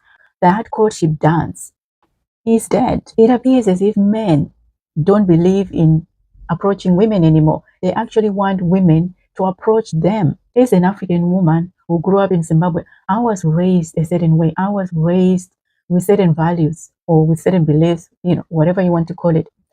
This is how I was socialized. I was socialized to believe that, okay, as a woman, if I see a man I like, I flirt a little, I wait for him to approach, and then the courtship dance begins. He chases you, you encourage him, and then, you continue like that. Now, I know there are people who don't like the word chase, but I think it is now used in a kind of toxic way, let me say, for lack of better expression. To me, it just describes that courtship dance, how things are supposed to unfold organically in a relationship. But nowadays, yeah, you have these rules, so-called rules, to say, okay, don't text him back. When he texts you, wait 2 hours, wait 3 hours, because if you text him right back, you think that, oh, you're too keen, you're too eager, or you're too desperate. I mean, what kind of nonsense is that? I mean, why can't I respond to someone if I've got my phone with me? Why can't I respond to them? That is true. So that's a age-old thing. An age-old thing. When I was younger, and we meet a woman, there used to be a time, oh, you should wait about a day before you call her. Right? Some people would say, oh, wait 3 days. Why? Right? And now, in this modern time that we're living in, if a woman meets a man, vice versa, man and woman meet each other, the woman sometimes, if she wants to call the guy right away after, so they can continue the communication, the conversation, her friends, if they're around, it was like, oh, no, girl, don't call him, don't be thirsty, right? And, or if the guy called, the girl would be like, oh, he's so thirsty. Why? If the both of you like each other, continue the conversation. It is how you're going to get to know each other. Continue the conversation. But a lot of people are more so playing to their friends' desires, right? That girl code keeps a lot of women single. All right, let's continue. Why are there so many single women out here that are struggling to find a man? Well, I'm going to tell you the reason, but you're not going to like the answer. Now, this may not apply to you, so don't take offense. But if you do, maybe you need to reflect why it makes you offended. Honestly, a lot of women treat men like trash. A lot of women take men for granted. A lot of women want men to take accountability for their actions and what they do. But boy, if you ask a woman to take accountability for her faults and her actions, it's straight to signing divorce papers. But my question is, why are women so resistant to taking accountability? Like really, what is the reason why you won't take accountability for your actions? I know for me personally, because I was this woman for many, many years, like most of my marriage, I realized this because I thought I had to be perfect and that society judged me based on my level of perfection. And if I dared to take accountability for my faults and actions, then I would be even more demonized. But the reality is, me not taking accountability was making it worse. And I don't think a lot of women understand the fact that we are a lot of the problem. I'm not saying we're the whole problem, but at least on my platform, on this side of things, a lot of men are trying. They're putting in the effort. They're doing the things that they need to do. And women are taking their husbands for granted. They got married because they wanted to be married, not because they wanted to be a wife. So you single ladies struggling to find a man, most men are not even wanting to get married anymore because they've dealt with bad relationship after bad relationship of women taking them for granted and treating them like trash. And honestly, I can't blame them. If you put all the effort in for a year, didn't get anything back, you wouldn't tolerate that either. So why are we expecting men to just sit down, shut up, and take it? You would advise every one of your girlfriends, girl, don't take that from him. But why should he take that from you? And honestly, I truly believe that lack of accountability is one of the #1 reasons why marriages are failing. We refuse to take ownership of the things that we need to take ownership for. But I can promise you, if you take accountability for your actions and work really hard to fix them, your marriage can look completely different. Because y'all, that's where I'm sitting right now. The problem is you just gotta swallow your pride, do what it takes to make a change. Listen, she's very right. A lot of women will not take accountability for their actions. Will not take accountability for their actions. Why? Because they don't feel that they did anything wrong. And if they did something wrong, the man should apologize because the man is always wrong. So some men are like, I don't want to deal with that. I don't want to deal with that. And when a woman can't necessarily get her way, she decides, I don't want to deal with that either. I want to be single. So we're having so many women that are single because they don't want to take accountability, and that accountability comes packaged as a man telling them, hey, whenever you're wrong, you need to say sorry. You need to apologize. But oftentimes, a lot of women don't apologize. It is like kryptonite, right, to them. So if you understand, Superman is allergic to kryptonite. Woman is allergic to accountability. That is their kryptonite, right? So let's go to the next video. One of the reasons that a majority of the women that are in their mid to late 20s and want to be married one day are still single right now is because a majority of women have no clue what men actually want.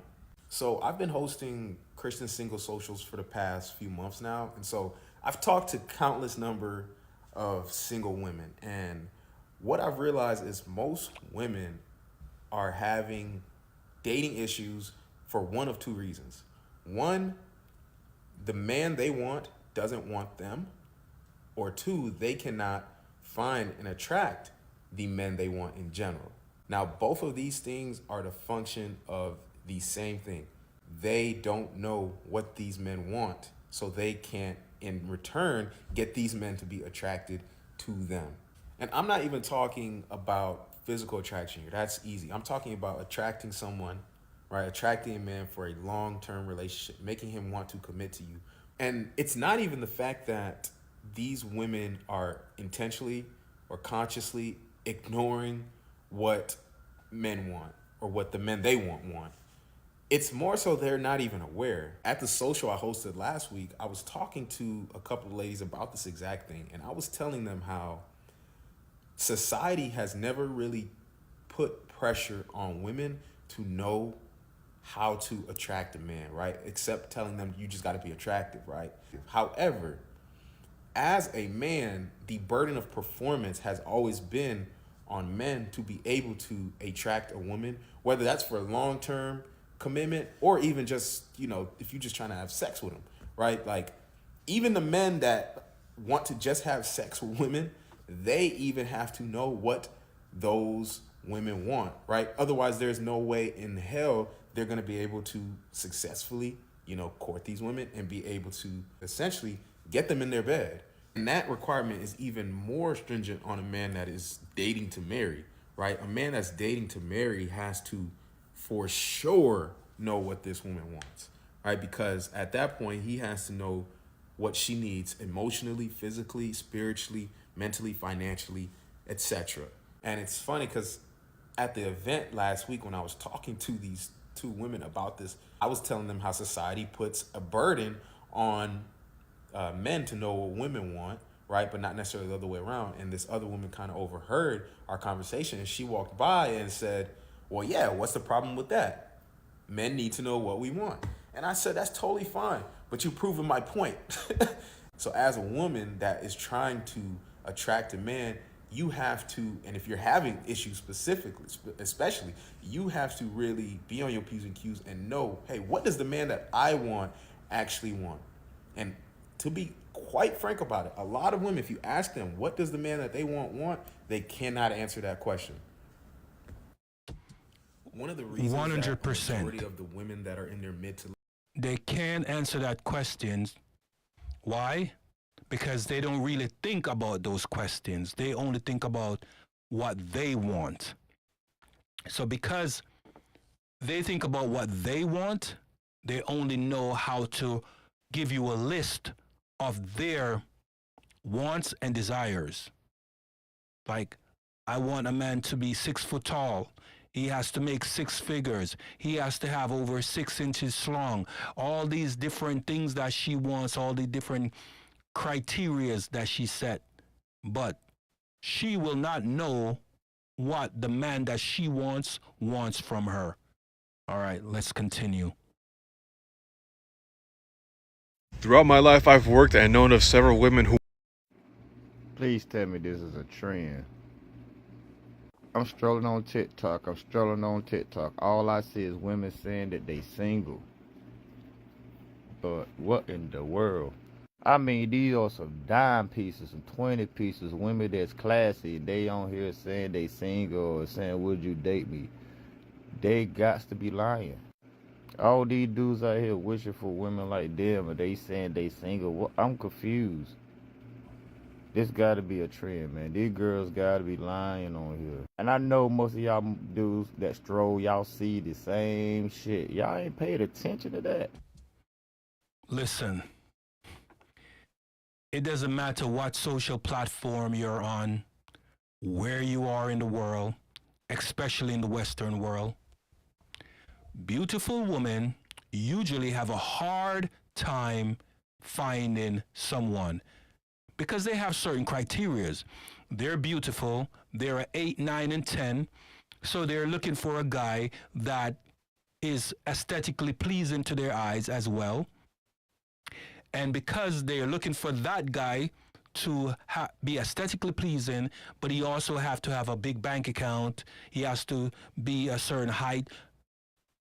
Listen, women that are beautiful usually have the biggest problem, the most difficult time finding someone to settle down with. And it's not because she don't have the certain criterias or the certain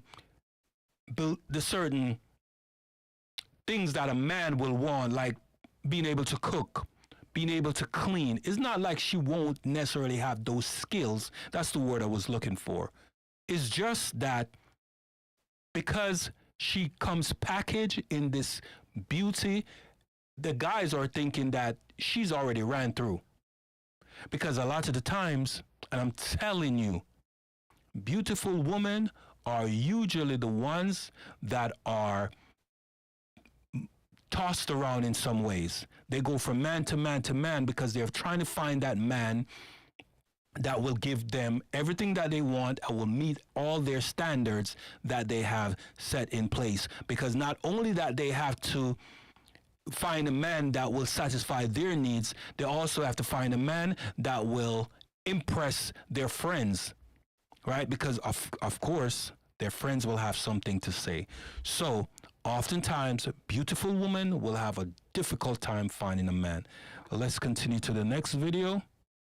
I think sometimes when men are questioning why women are choosing to be single, it's because they think they're competing with other. This one, I need for you to really pay attention to and listen, right? I'll put my commentary right after she says what she says. Men, when actually they're competing with me and my friends. Babes, I don't know about you, but me and my homegirls, we romance each other. I said I was going to wait until she's done. She and her friends romance each other.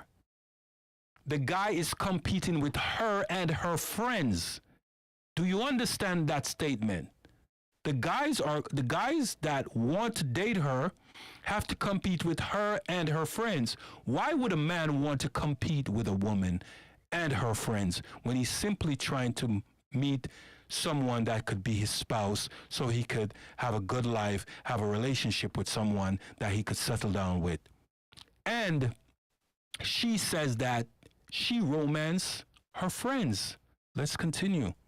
Juju at his Juju Bay is one of my platonic life partners. And babes, in December 2022, when I was on 2 billboards in Times Square and Herald Square, who was the one walking with me in that chilly air so that we could see both of them and take pictures and video? I know Juju's dress size. I know her favorite color. I know when I'm out shopping or thrifting and I see a piece that's fringy or crocheted, oop, it's copped for her. So it almost appears that she is... all right, let me put it this way. Maybe she's really into women, but just want a guy as a side dude. Because She's saying she knows her friend's dress size. She knows this. She knows that. Everything about her friend, right? So it's as if she's telling men that you are nothing. You are nothing. My friends are more important. So guys, if you meet a woman like this, believe that she is going to value her friendship over your relationship with her, right? And she's always going to make sure that she puts you in place to let you know where your place is in her life in comparison to her friend's relationship, a relationship with her friends, if it's just her friend. You think I show up to Ebony Janice's house without flowers? You must be mad. She's showing up to her friend's house, her girlfriend's house, with flowers. What is that saying? I even have some of my friends' addresses saved in my Uber Eats account. So when they're having a rough day, I can send them food. And they live 3, 4, 5 states away. The thing is, some men are so obsessed with romanticizing the relationships of our grandparents and our foreparents when they're not contextualizing that those women needed to be attached to a man in order to survive. Women could not have their own checking accounts until the 1960s. And even then, it needed to be co-signed by a man until like 74.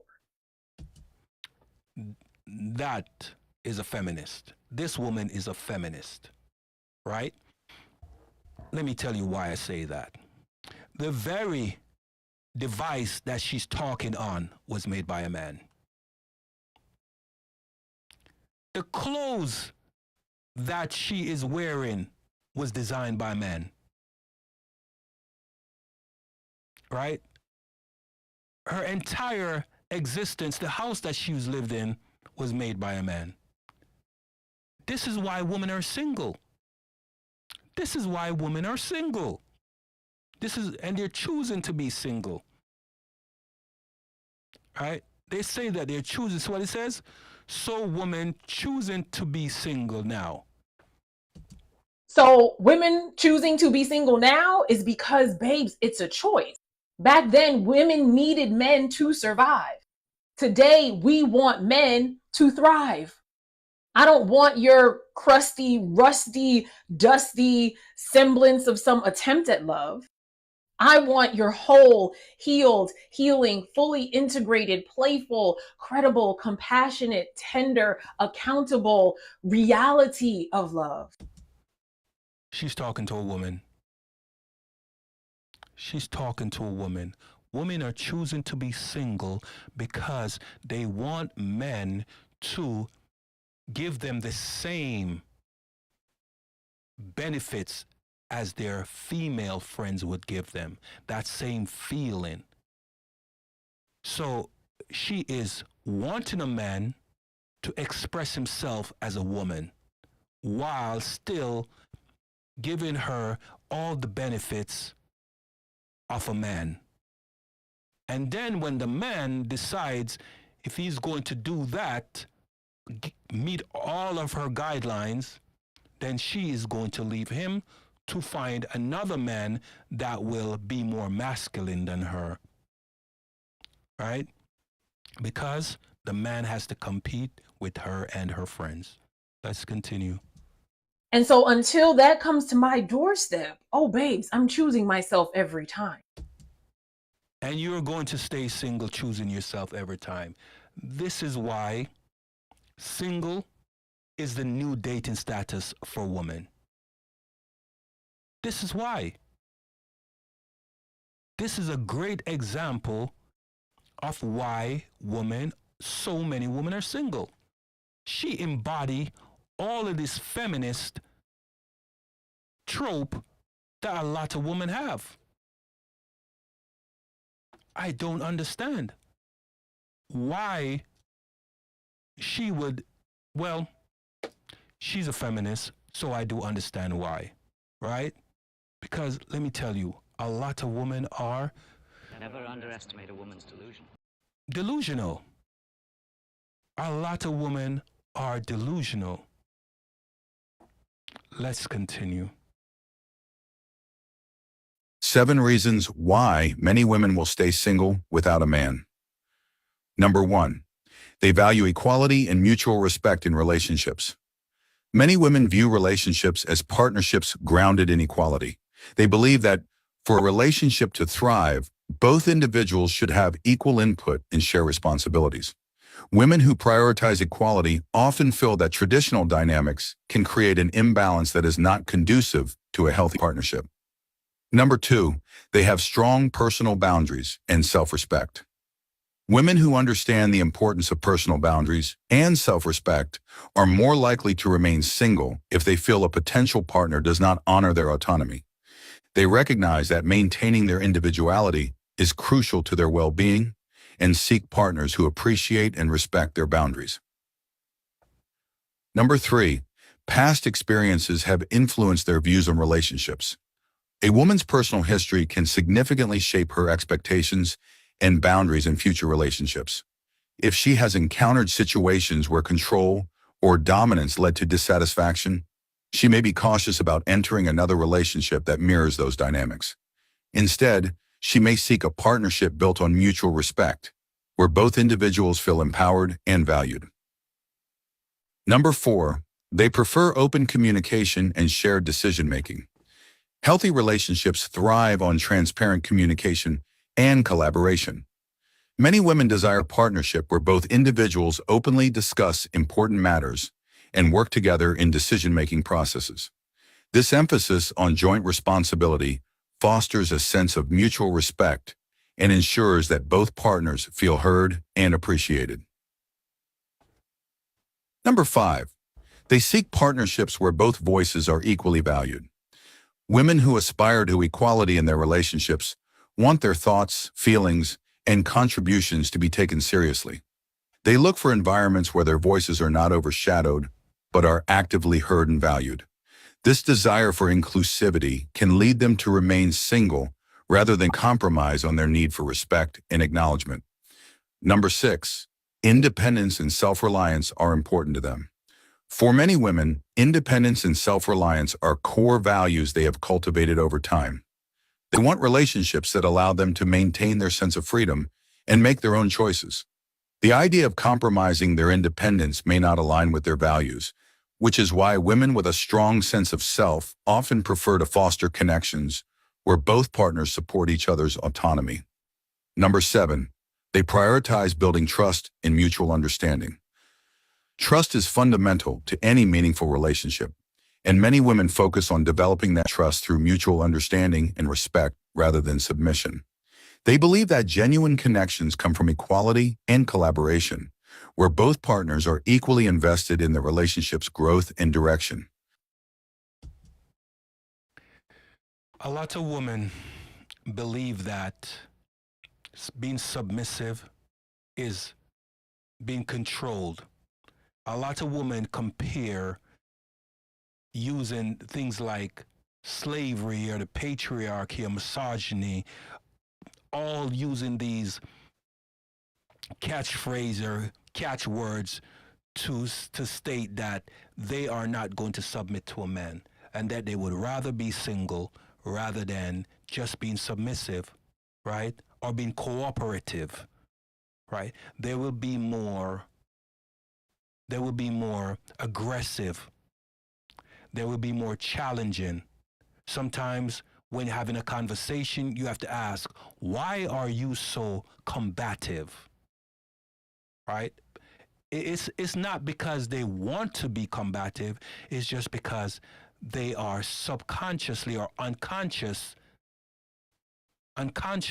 not realizing that they are being that way unless they're called out. And the ones that are willing and understand that they are being called out because the person that they're speaking to is it's an observation and letting them know like, hey, you're doing this, please stop, right?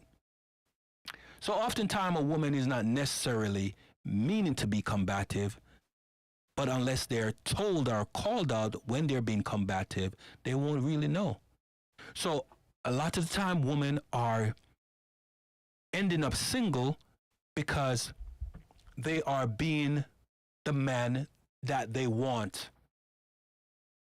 So rather than being a feminine woman, they're being aggressive, they're being masculine. So they're being the man that they would like to be with. And so this is why a lot of the time women will say, I want this from a man, I want that from a man, and a lot of the times they are saying the things that they want from a woman, right? They want it in a man. They want it from, they look for things that they would essentially do and want it from the man, and men are not built like that. We're not necessarily built like that. Some men are built like that, right?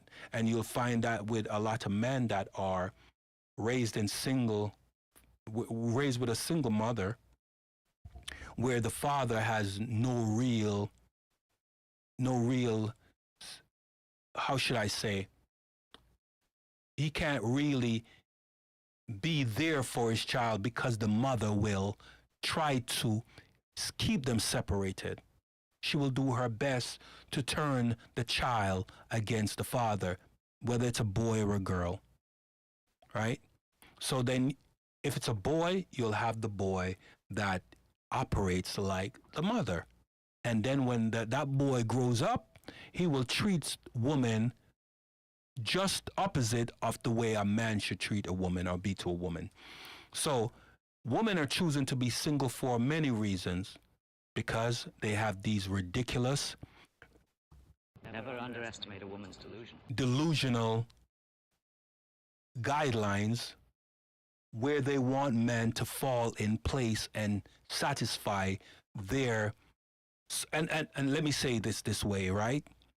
They will say it's a preference for them.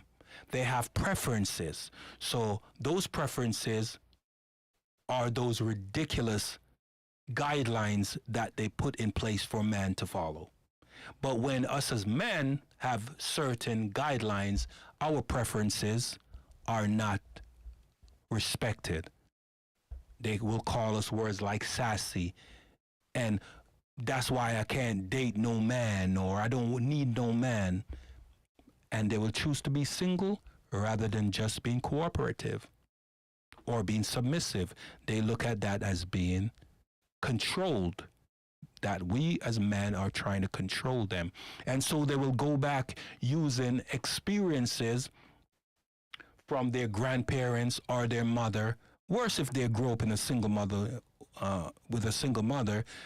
All of those things that she experienced or learned from the single mother, she will now bring it in her relationship. So women are choosing to be single for many reasons, right? For their delusional guidelines that they set for men, for the fact that feminism have taken a hold of them, right? That they won't take accountability for things that they do and say. And these things that they put in place, they hold fast to them, their career. They will respect a boss over their husband or their boyfriend or significant other.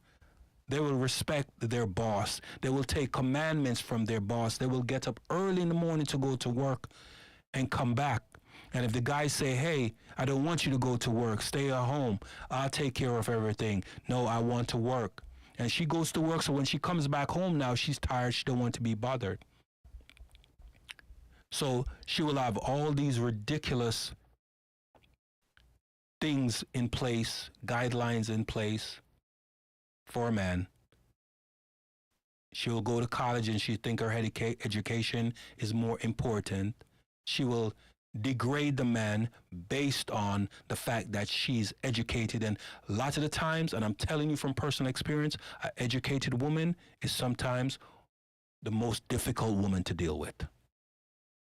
Right? Not all of them, but most of them. The ones that know that they're feminine or not feminist, you can deal with those, because communication will be at hand in that kind of relationship, because she'll realize. And I'm telling you, I know a person that she's a businesswoman, but she puts a relationship first. And she's rich, millionaire, right? And she takes care of her family. She'll cook, make sure that they get to school, take care of everything. She supports her husband. Why? Because she's feminine and not a feminist. So there are women out there like that. But the ones that have these mindset and have these guidelines that men needs to follow,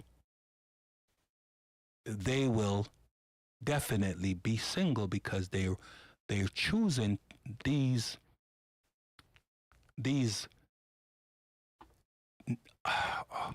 they're choosing things that are not necessarily important over being with a man. And so that will be the reason why a lot of women are single. So the question is on the thumbnail, is single a new dating status? And I have to say, single is the new dating status for a lot of women. And most women are leaving relationship. If a woman is married, 80 to 90% of women that are married and educated are leaving their relationship. Why? Because oftentimes they feel that they can do better. Right? You have women that have been married for 20 years, maybe from the time they were 20, 22, 25, 20 years, so now they're 40, almost 50 years old, and they're leaving their relationship, divorcing the man and having divorce parties because they want to be out in the dating market again, right? Because they think that they can do better, right? So why are us as men trying to save these women? You know? Why? If Jesus can't save these hoes, why are you trying? Why are you trying? Why? Because most women are delusional. Not all, but most women are delusional to think that they can leave a relationship that they've been in for many years. Rather than compromise, they think it's better off be alone. And let me tell you, many times it's not even an abusive relationship. It's not an abusive relationship. But because they don't want to take accountability, they don't want to be told. And woman, if you are married, your friends are not supposed to be single. Single woman and married woman should not be friends. That might be controversial for me to say, but it is actually true, because single woman will try to get a married woman to go, girl, let's go out and have fun. Right? Earlier I was talking to my friend, and what happened? She was in a great relationship. The guy was having a little bit of issues, downturn with his job, and she went out, and what happened? Started taking drinks from a guy, and then what happened? That turned out into something else, and she ended up being with that guy, having a child for that guy, and now regret that she made a decision like that. Women are single because they are making themselves single because they refuse to compromise with certain standards that they set, right? And that's just crazy, but is where we are in this world. So I would love for someone else to call in. This is a long show, you know, so if someone else wants to call in, let's call in. Let me put that number back up. I'm hoping that someone will call in, right? 1-844 put me on. That's 1-844-788-6366. It doesn't matter if you're male or female. Call in. Let's have a conversation. Yeah, I don't mind having a long show so we can have a discussion. So let me see if anybody's available that I can call someone. Give me a second here.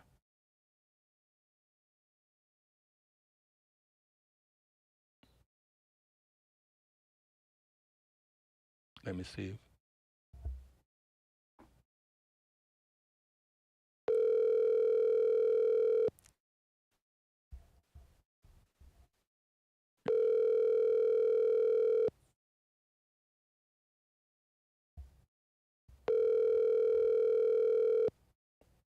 calling someone. Let me see if, like I said, if you guys want to call in, 1-844 put me on, or 1-844. Your call has been forwarded to voicemail. He's not picking up. 1-844-788-6366. That's 788-6366. 1-844-788-6366. So we can have more conversation. I had my friend early on, and we had a long conversation, and she was telling her experience of what she went through, right? And she's choosing to be single, and she wants to be with someone, but it's very difficult. Many women are choosing to be single, and they're choosing to be single, some of them for the wrong reason. What say you? Let's have a conversation, right? Who out there want to talk? Let's have a conversation, right? But in the meantime, let me play another video. Here's why most attractive women, most high, beautiful women, they are oftentimes single, all right? You see them by themselves, they ain't wifed up, they ain't with nobody. Listen up. Number one, because they think that she has to have a relationship or has to have a boyfriend because she's way too beautiful to be single, right? So, you know, you'll see a girl, attractive woman, most of the time dudes are gonna think she's sitting by herself, you know what I mean? It must be a trap. It must be a hoax. It can't be real. She gotta be in a relationship. She's just by herself. So I ain't even gonna go approach her because she gotta be in a relationship because she's way too beautiful to be single. Number two, because of social media and because that women got a lot of options in social media nowadays, most dudes, they're going to just think that a beautiful girl, you know what I mean, has and gets a lot of attention. Her phone ain't never dry. She got a bunch of people on her roster. So why even bother approaching? And number three, believe it or not, most pretty women would just rather be single by choice rather than deal with drama. It's not that they want to be single by choice rather than dealing with drama. Is that they have certain criterias, and if the man can't meet those criterias, they would rather to be single. And yes, the point that he made where most beautiful women won't be approached by men is because the man that want to approach her will already think that she has someone, so he won't approach her, right? And I tell you this from personal experience, right? I tell you this, the more beautiful a woman is the more insecure she is. I've been with beautiful women. I've known some over the years as platonic friends, and I've known some over the years as intimate friends, right? Relationship. And the things that they're insecure about, you wouldn't believe it. They would have the face, the body, and they'll find the smallest thing on their face or their body, and they'll focus on that one small thing. And you'll think it's so big when it's really small because she's insecure. So when she goes out on the street, she thinks that everyone is looking at that small thing. While they 4, 5, and 6, maybe 7, don't really care. They're going out there and they're looking for the guy that they want. Will they get that guy? Maybe not, right? But the 8, 9s, and 10s are usually the most insecure. And I'm telling you from personal experience, right? I know men that have been with very good-looking women and end up with a not-so-good-looking woman because they said that the good-looking woman is too difficult to deal with. And so a lot of these women are single, and they waste their years from their young years, 18, 19, 20, in their 30s, still looking for that guy that she wants. Because why? Women will rather be single than, as they say, settling. When a man makes money, lots of money, he wants to use that money to support a family, right? He wants to use that money to build a relationship with someone and bring a family in the world, right? When a woman makes money, she wants to make the money for herself. So when she makes money, it's for her. When the man makes money, it's for others, for the woman that he wants to be with and the children and his rest of his family, right? So it's usually the opposite. A woman will make money for herself and a man will make money for others, right? If a woman sees something that she wants to make sure that she gets what she wants. And if she doesn't get what she wants, hey, I'd rather be by myself. That's just how it is, right? So it doesn't matter how many men in the world will say the same things. Women, especially women in the West, will not settle, will say, I refuse to settle because I want what I want. And if I can't get what I want, I'd rather to be single, right? So she will let all her childbearing years go by. And then when she's in her 30s and it's more difficult for her to have a child, that's when she start worrying, now I need to find someone to have a child with. But her childbearing years passed. And it's more difficult for women to conceive a child, especially in this modern time, because of the type of foods we eat, right? So it's more difficult. The body's not as strong. So back in the past, women in their 30s, even in their 40s could have children. I know somebody in their 40s, mid-40s, 48 to have a child, right? But that was way back. Now, women, it's more difficult in the 2000s, from like women that was born in like 2000 on up. It's more difficult for them to have a child because the food is not as nutritious. So when they're in their 20s, it's best for them to try to have a child, but they won't settle. They say they're not going to settle. And we live in a time, in the past, man may earn more money than woman, and you could support a family on one paycheck.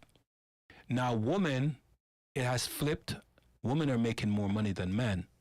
And then they're making more money than men, and they want a man to make, if a woman is making $100,000 a year, the man must at least be making $125,000 to $200,000 a year. Right? Or she feels she's settling. Right?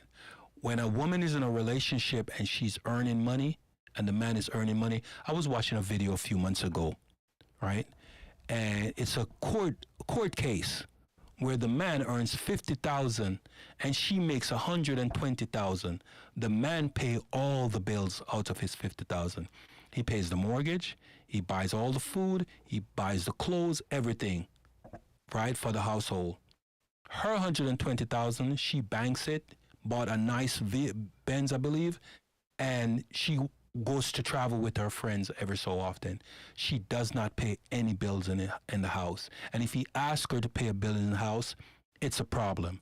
So when they told the judge this, the judge was appalled. She was like, how is it that you make $120,000? You earn $120,000 a year, and he makes $50,000, he covers all the bill. What happened to your money? Well, Your Honor, my money is my money and his money is our money. He's the man. And she says, but what do you mean by he's the man? So you make over twice the amount he makes and you refuse to contribute to any of the bill? No, Your Honor, that's not what I got into this relationship for. And she turned and she looked at the guy and she said, why are you in this relationship? Why? So the judge asked, if he has any financial issue, will you step in and cover the bill? And she said, no, Your Honor, that's not my job. That's his job. So she's saving all her money and she will not contribute to the household. Right? And the reason why they ended up in court was because he says, enough is enough. Well, it didn't turn out for her, because what the judge did was she granted the divorce and put the husband on alimony and child support. And so she went off to live her new life. She found a new man and living a new life with a guy that makes twice as much as her. But she ends up paying alimony and child support to the ex-husband, all because she did not want to contribute to the household. So a woman will have these unrealistic expectations and expect a man to live up to those expectations. If a woman makes $100,000, a man has to make at least $125,000 to $200,000. That's just the standard that she set for herself. So a woman will have these unrealistic standards, but a man mustn't have any standard. These guidelines are set for him, and if the man can't meet those guidelines, the woman will rather to be single. And this is where we are. This is where we are. So this is why so many women prefer to stay single rather than being in a relationship with a guy, with a man that is making less than her. So they're choosing to be single because why? They're competing with the man that they want. The man that they would like to be with, they're competing with that man. So if a man goes in a relationship with a woman and she's combative, what's going to happen is that man is going to cheat. It's inevitable. He's going to look. And let me tell you something. And I know this to be fact. Not making it up, because I know people like this. I know people, man and woman, and the man cheat on the woman, and she's really nice looking. And when I asked him why he cheated, he says, because I get peace somewhere else. I know these people. I'm not making this up. I'm not telling you about somebody or a situation I don't know about. I know these people. I can't call any names, but I know them. Right? And the woman is less attractive than the woman that he's with, his wife. But the other woman gives him peace. That's just how it is. So these unrealistic expectations and guidelines that women have is why a lot of women is single, because they refuse to, as according to them, they are not settling. So I appreciate when a woman says, you know, I am not going to mess up my relationship because of these ridiculous guidelines. But finding a woman, a virtuous woman, I should say, I'm not sure if you ever heard the statement, a needle in a haystack. Finding a virtuous woman, I would say, is like finding a needle in an ocean. It's possible, but the chances are slim to none. Slim to none. Let's play one more video and see. Single women are usually single for a reason. Either they tired of getting played, or they simply not going to give nobody a chance to play them. So don't ever think all of them are just lonely or heartless. They just don't want none of y'all dudes. Single women. This is a guy that was raised by a single mother. I can almost guarantee that this man was raised by a single woman. So I've been doing some research and I've come to a conclusion. Disclaimer, this research has been internet-based and from my friends and myself. There are 3 typical reasons why a single woman are single. Reason number 1, more women are discovering every day their self-worth. No, we're not coming to your house to Netflix and chill. Yes, you need to court me properly and take me on a date. No, I'm not a 50-50 girl. Stop asking. 2, we have values and morals and we're sticking to them. Yes, I want a masculine man that is kind, courageous, courteous, generous. And a man that is outside of those guidelines is not the man for me. Number 3, we want to remain in our feminine energy. And it's really hard to do when we got Nick, Brian, Marcus in their feminine energy too. Most women just want to feel safe. We want to feel secure. We want to know that the man we're with can lead us and lead us properly. And that doesn't seem like the case anymore. They want to lead us, but they don't know where we're going.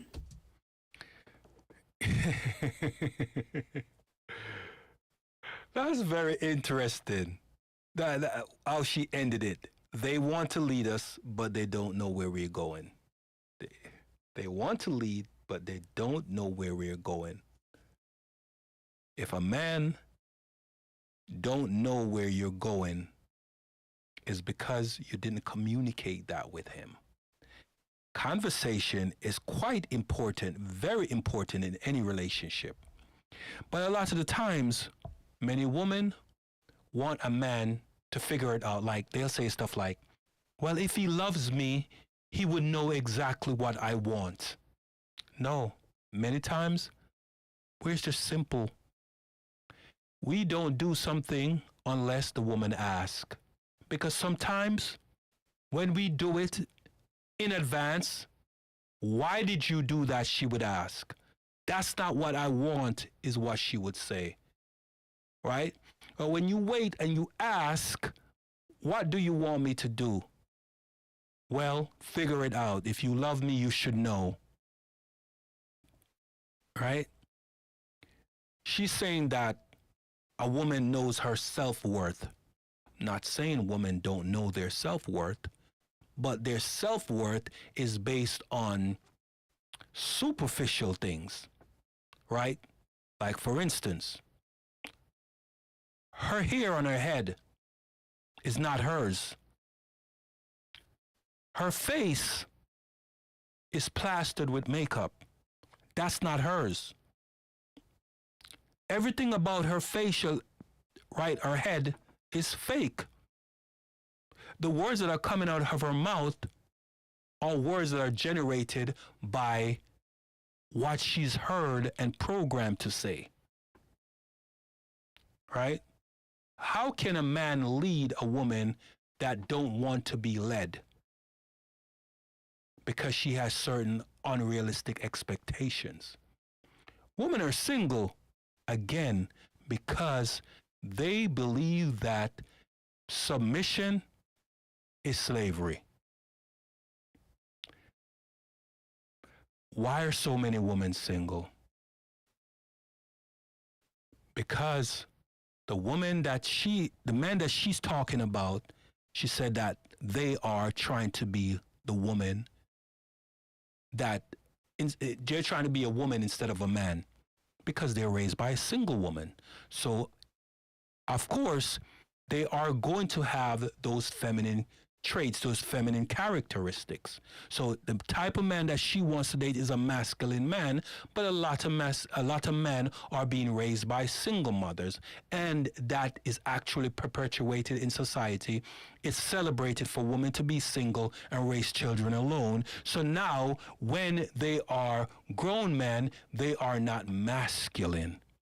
And so the women that are looking for masculine men are not finding masculine men because the men are being raised by a single mother, and majority of the time, the single mother does her best to keep the child away from the father. And because the father may not want to be with the woman, so they're going to punish the father by keeping the child away and conditioning the child's thoughts, mentality, the psyche to hate the father. So then the child grows up being more like the mother, male or female, and if it's a male, he grows up being just like the mother. So she ends up with a man or finding a man that she doesn't want to be with because he doesn't have masculine traits. But then she says, how can he lead when he doesn't know where women are going? These programmings has set women on a trajectory of being single. The next 20, 30 years, there are going to be so many single women, so many women with no children, unmarried women. Look at how many apartments that they're building. And most of these apartments, I can tell you from I've been in property management, I can tell you that most of the apartments are filled with single women. Most of the apartments are filled with single women. I remember when I was a property manager of one apartment complex.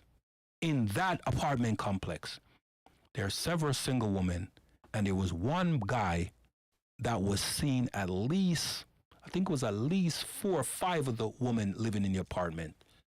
3 of the women knew, 2 of them didn't. How I knew? Because he talked about it. Right?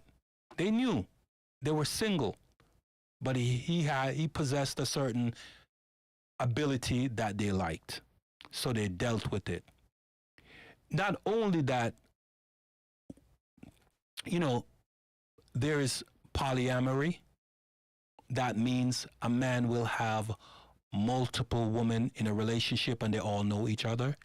In the Western world, it is promoted that a woman is supposed to be with a man and a man is only supposed to be with one woman in the Western world. But in the Eastern world, a man can have more than one woman, especially if he can take care of the woman. It is fine. Polyamory is accepted in other parts of the world. I know people that are polyamorous, right? Polyamorous is being practiced right now. Polyamory is being practiced right now. When a man is with a woman and he has a side chick, he's practicing polyamory, right? Multiple women, one man. And sometimes these women know that their man is with another woman. I know a woman, and she said to her man, I don't care what you do when you're out there. Just don't bring it home. Protect yourself if you're going to do something, and don't embarrass me. I know that. I know that woman and I know that guy. That woman and man. She's told him in my presence, I don't care what he does when he's out there, as long as he protects himself and don't embarrass me. Those are her exact words, right? Because a man is going to be a man. A man is going to cheat, right? Those are her exact words. So polyamory is being practiced. It's illegal in the United States and other countries in the Western world where a man cannot have 2 wives. So what a man will do, especially like Muslim men and other religion, like in Yoruba, they have multiple wives. That is a Nigerian religion, but there are Nigerians that live in America that have multiple wives. And the woman knows about it. And they accept the man having multiple wives. So it's been practiced, but it's not a legal standing. It's not lawful to have more than 1 wife. So what they will do, they will have a legal wife and a on paper documented 2nd or 3rd wife that is considered a wife because documentation is written and they have a contract between the parties. So if he has his legal wife and another wife that's contracted as a wife, and they all sign that this is the 2nd or 3rd wife. The women that are saying that if you are in a relationship with me, you can't have another woman out there. And if they find out that the man has another woman, let's say they were in a relationship for 10, 15, 20 years, and the woman is not giving the man sex, not having intimacy with her husband, which happens a lot which happens a lot. I have talked to divorce attorneys that says that when a woman comes in to divorce, what she tells the attorney is she's not happy. The guy's not giving her enough money. She wants to go out and live her life. Those are some of the reasons. When the man goes in to talk to the attorney, why is the relationship ending? Oh, I'm in a sexless relationship. She's always tired. She always gives excuses. Right? How long have you not had sex with your wife? 2 years. What? Yes, 2 years. Living in the same house? Yes. I can tell you this, that I've seen this, experienced this, been in a relationship where no sex is happening in the relationship. But the woman is walking around in the house in exposing clothing, passing the man, bending over in front of the man. So she's teasing him, and he's not getting any pleasure from his wife. So he goes out and he goes have intimacy with a woman out there. And what she does, the wife, she files for a divorce. Why? Because he cheated. Now she's not being intimate with him for whatever reason. Maybe she's upset for that moment, and she holds that anger for days. And then within days, he did something else, and it makes her more upset. So now she has an animosity towards him, right? And no communication is taking place. So eventually what happens? A divorce. Filing for divorce. Why? Because he cheated. But she wasn't being intimate with him at all. So he goes out there to find someone to release his stress. Have a communication with that person out there. And the wife files for a divorce after 2 years of not having sex. But let's think about it. She's not having sex with her husband, but she's always happy. Who is she been intimate with? I'm going to tell you a story for those of you that are listening. I know someone a few years back that have a relationship. This person, she was actually with this person. They were married. And they were married for 3 years. About a year and a half, year and 8 months, sex slowed down in the relationship. And he started wondering why. Right? And he's like, hey, so shy. Like, I don't understand what's going on here. She's always having an excuse. She goes to work on Fridays. When she comes home on Fridays, she's happy. And he's thinking like, oh, he's going to get some because she's happy. It's Friday. It's the end of the week. But she says, no. Headache.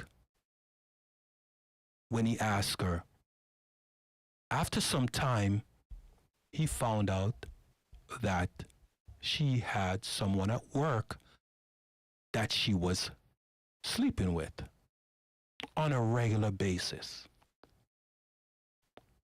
So she had her husband at home and a work husband that she was sleeping with. So the husband at home is paying all the bills, paying for her car insurance, health insurance, house insurance, the house, everything he's paying for.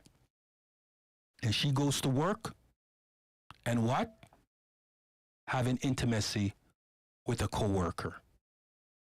And this went on for the duration of the relationship until he finally had enough. When he filed for divorce, man, it's touching me because I remember that experience so much. because I worked with this guy. When he finally had enough and said that he was going to leave the relationship, I said, hey, are you going to file for divorce? He said, man, I don't want to be bothered with that. What happened next? She went and filed for divorce. And she took him to the cleaners. And when he asked, how is it that she was the one cheating? He's paying all the bills and she's the one cheating, right? The judge said the reason why she is getting what she asked for is because you allowed her to file first. Sorry, not the judge, his attorney. Not the judge, my apologies, his attorney. You allow her to file first. So when he told me, I said, I told you. He's like, man, I didn't want to deal with that, man. I just didn't want to deal with that. And then she took him to the cleaners. And guess what happened afterwards? Guess what we found out afterwards? Man, I have so many stories. Guess what we found out afterwards? He is no longer living in the house, and she moved the work husband in. The work husband in. So the 2 children that they had is now seeing another man in the house. The man that she's been cheating with for over a year. Right? So she chose to leave a relationship to be with another guy. Right? Now here is the kicker. 6 months after living with her work husband in the house, he left her. He left her. So she ended up being single. Now you want to hear something else? One day, we were sitting in the truck, and we were heading to do a delivery. And his phone rang. That was his ex-wife, asking him if he could come over later so they could have a conversation. So work was over, and now it was Friday. And he says, why? He says, she just want to talk. Now, I learned about the house, the work husband moving out the day after, on the Saturday. But let me lead you up to what happened on the Friday. So he went over to talk on the Friday, and they were having a conversation. And so he told me on Saturday, because we had a delivery to do on Saturday, we couldn't do on Friday. So he told me, she told me that her boyfriend moved out and she wants to give it another shot with him. So I said, what happened? I said, what happened? He said, well, she had dinner ready, cooked my favorite meal, and I was hungry because we had just got off of work, so I sat and ate. She poured something for me to drink. I drank. I said, what was it? He said, she gave me some liquor. I said, liquor? He said, yeah. She gave me some juice and, liquor, and we drank. I said, so what happened? Oh, we had sex. I said, what? He said, yeah, we had sex. I'm just leaving her house to come to work. So she wanted to restart the relationship after the work husband left her. Yeah, this happened several years ago, right? I asked him, what are you going to do? He didn't really give me an answer as to what he's going to do. But what he did say was, man, I still love her, man. I said, so you're going to be back with her? He has yet to give me an answer. He just shrugged his shoulder. She broke the relationship up after being married for such a long time to be with her work husband, and then after that didn't work, she now want her ex-husband back.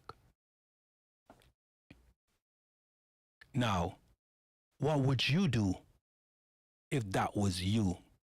Any guys out there that's watching, and any woman out there that's watching, what would you do? Leave your comments in the comment section. Right? What would you do? Women are choosing to be single for the most ridiculous reasons. The most ridiculous reasons. Wow. Single is the new dating status. It's a new dating status. Let me pull up a stat. Bear with me. I'm going to pull up a stat. Let me go to Google.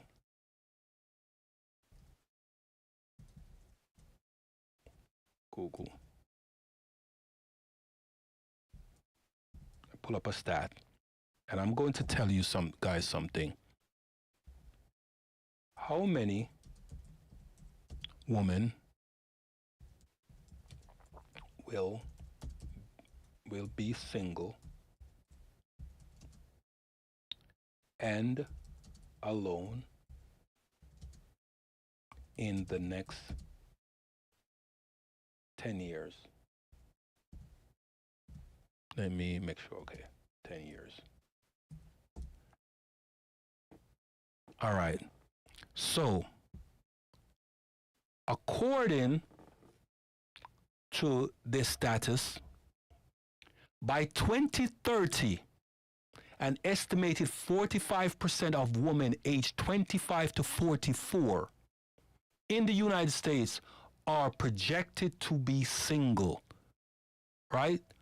45%, that's women 25 to 44, right? This is why they're building so many apartments, people, across the United States.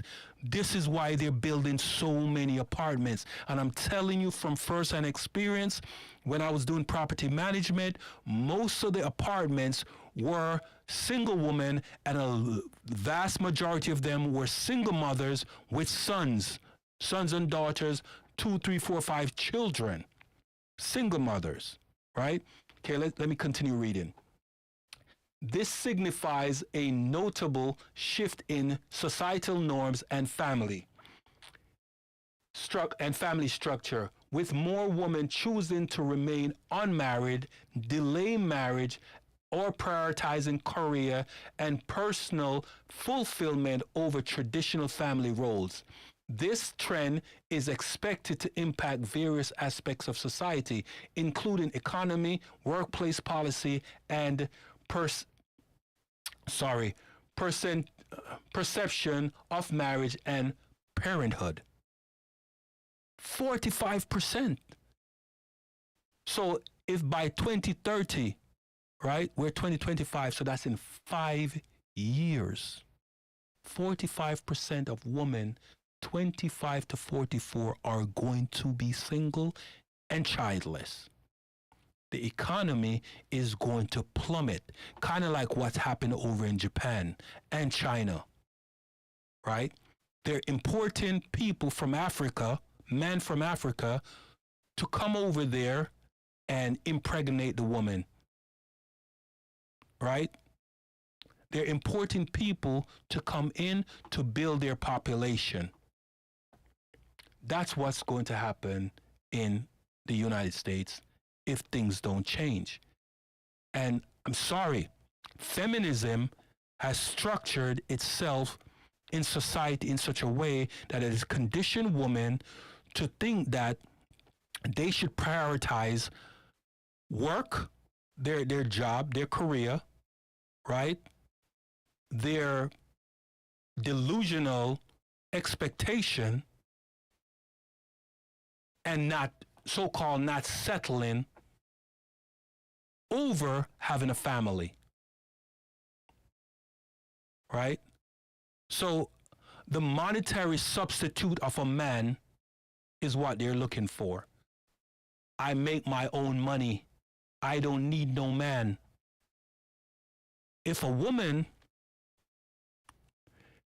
gets in any trouble, maybe somebody's breaking in her house or apartment, who is she calling? She's calling the police. And when the police come, who's she expecting to be the police? Men. Because let's face it, if a man breaks into a woman's home and woman police comes and the man runs out to the house, a woman police cannot run that man down. Remember, they're weighted with all those, the strap with all the equipment that they have on, their taser, their gun, their handcuffs, and et cetera, right? They cannot run as fast as a man with nothing on. A man with something on him, having all those gears on him, can run, can run after a man and run that man down quite expediently, right? But let me continue reading here. So, a study by Morgan Stanley. This is going to talk about why I said that they're building so many apartment complexes, right? Say a study by Morgan Stanley predict that 45% of women in the age of 25 to 44 age ranges will be single. The reason being, this percentage is a significant increase from various years with a projected annual growth rate of 1.2% for a single woman compared to 0.8% for the overall United States population, right? So the study that was done explained that the reason why so many apartment complexes are being erected is because so many single women will be needing a place to stay, right? Because the nuclear family, as it said, having 2.5 children, that's 2 children and a dog, right? Mother and father, that's non-existent. That's gone. It's very rare you see that anymore. You more so see single mothers, and you more so see a lot of single women prioritizing their careers over everything else. They are going to need apartments, and because they are erecting apartments and not single family homes is because they are propagandizing women to stay single. That's more important, because why? The more people in the workforce, the more revenue is generated for a country. So of course they have to prioritize women being single. And they have already conditioned women to prioritize going to college and getting their education and prioritizing their career over family. And so because they are waiting for a longer time to have children, it's becoming more difficult for a woman to have children, right? So this is why companies are investing so heavily in building apartment complexes. Did you know that a lot of the apartment complexes are owned by some of the world's biggest corporation, like BlackRock, right? Some of these corporations own major apartment complexes across the world. Let me pull up something here.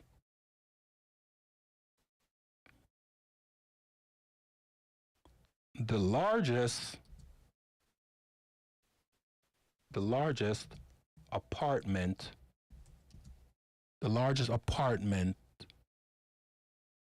hold on, let me fix this. Complex owners in the USA. All right. So let me see what AI has to say. The largest apartment complex owners in the USA is Greystar. Greystar is also a property management company.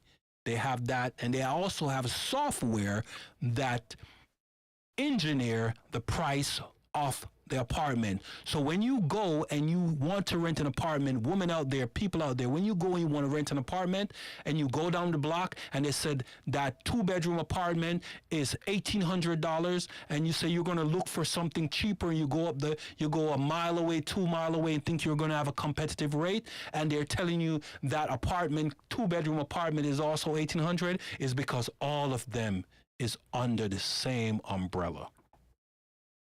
Right? So, let me read this again. The largest apartment complex owner in the USA is Greystar. According to National Multifamily House Council, NMHC, in 2024, Greystar owned nearly 109,000 units, according to Statistica. They are also a major apartment manager, overseeing over 789,000 units nationwide. Did you hear that? They are the owners and the managers.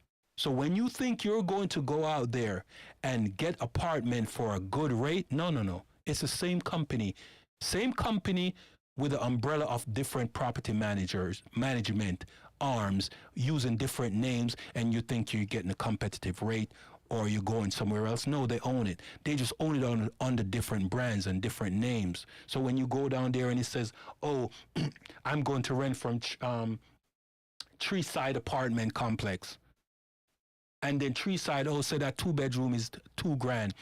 I'm going to go down to let me come up with a name. Red Star Apartments.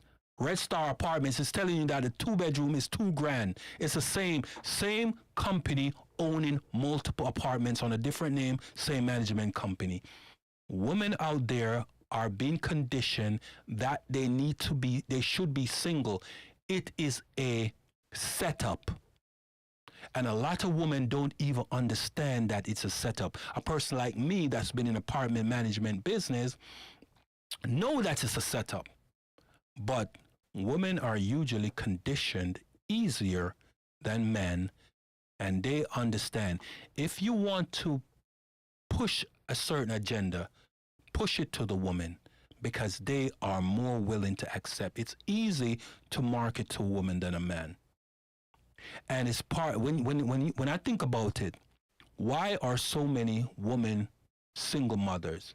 Because why? If the sons grow up with the same propaganda, they are going to operate under the same mindset. All right? In the let me use this phrase, Black community, more women in the melanated community are single and not in a relationship, married. They will have children, and sometimes they have children by multiple men, right? The statistic shows and prove that they are being marketed to. In our community, in the melanated community, right? The woman, it says that the women are more educated than any other group, right? One thing I know, and I can tell you, that other groups, a woman, when they go to college, and I know this for a fact, not making this up, when they go to college and they're studying, they're looking for their husbands, the ones that are not conditioned by feminism. Because as we know, college breeds the type of people we see in society with the blue hair, the pink hair, accepting men and women's sports and all of these ridiculous things that they're perpetuating on society. But the group, the other groups of people, when the women go, they go to college and they are looking for their husband. Not saying that they won't party. They will party.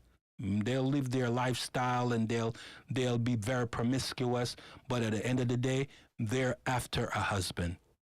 Women in the melanated community think that getting married too early is a problem. When I wanted to get married, I was told, "Oh, I'm scared." Many women will say that they don't want to get married because they're scared. Why? Why are you scared? But they'll lay with a man, have multiple children with men, but they will not be married. Women are choosing to be single because single is the new dating status. So why are so many women single? It's because they are choosing to be single. They have certain priorities over being in a relationship, because a lot of them want the 20% of men, 80% want 20% of men. Never underestimate a woman's delusion. And they're delusional, thinking that they are going to find the man that they want, because they don't know that the man that they want, what the man that they want from them. And so they choose to stay single because they think that they are going to get what they want. I'm going to play this. If Jesus can't save these hoes, why are you trying?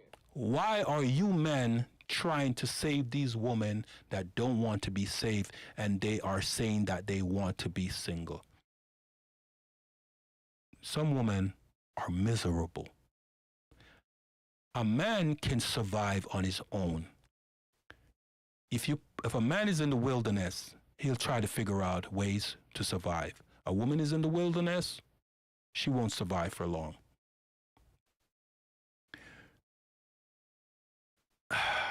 Man, this is a long show. But understand that women are single because they're choosing to be single. And some of them are choosing to be, most of them are choosing to be single because they want certain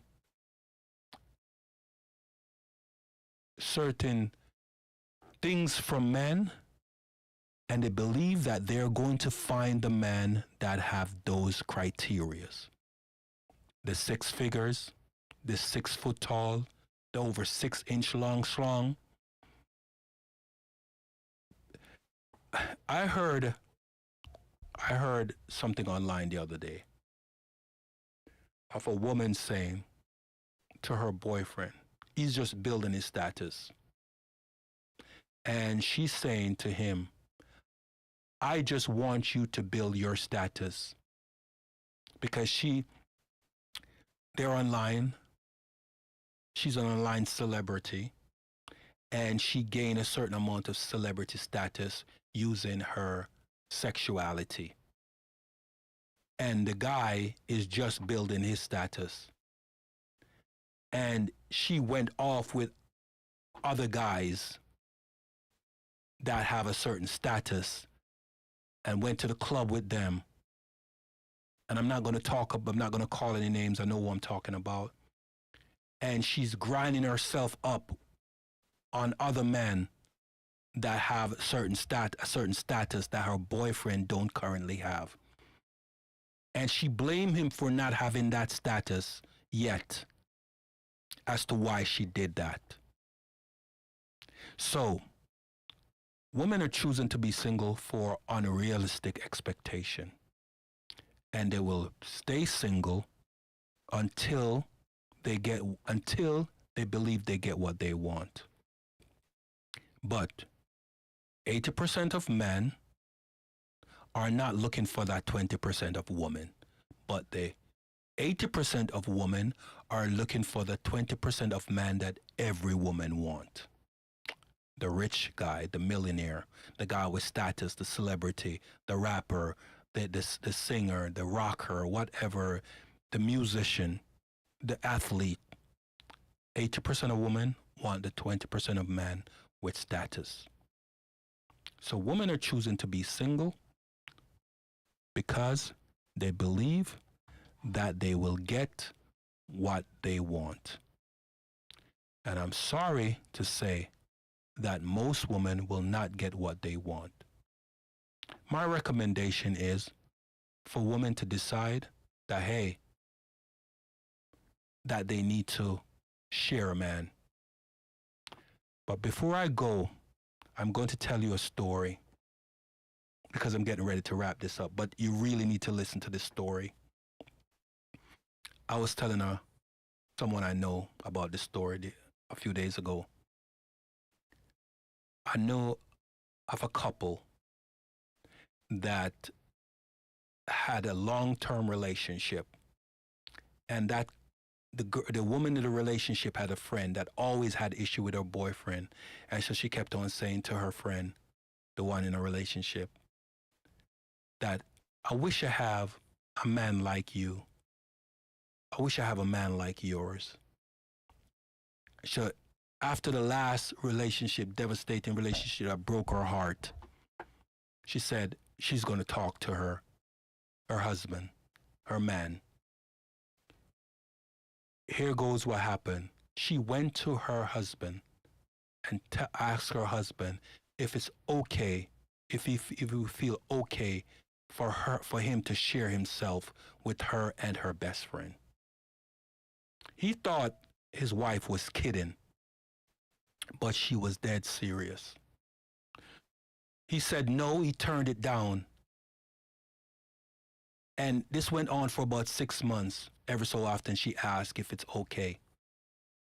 So what happened next is that the wife and the husband had a discussion because the best friend needed a place to stay, so she was going to move. So she asked if she could move in.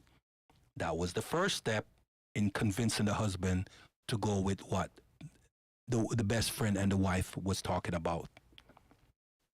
So he wasn't happy with it because of the conversation that the wife brought to him before, but he was okay for her to move into the spare room. Okay? So the conversation came up again, and he said no.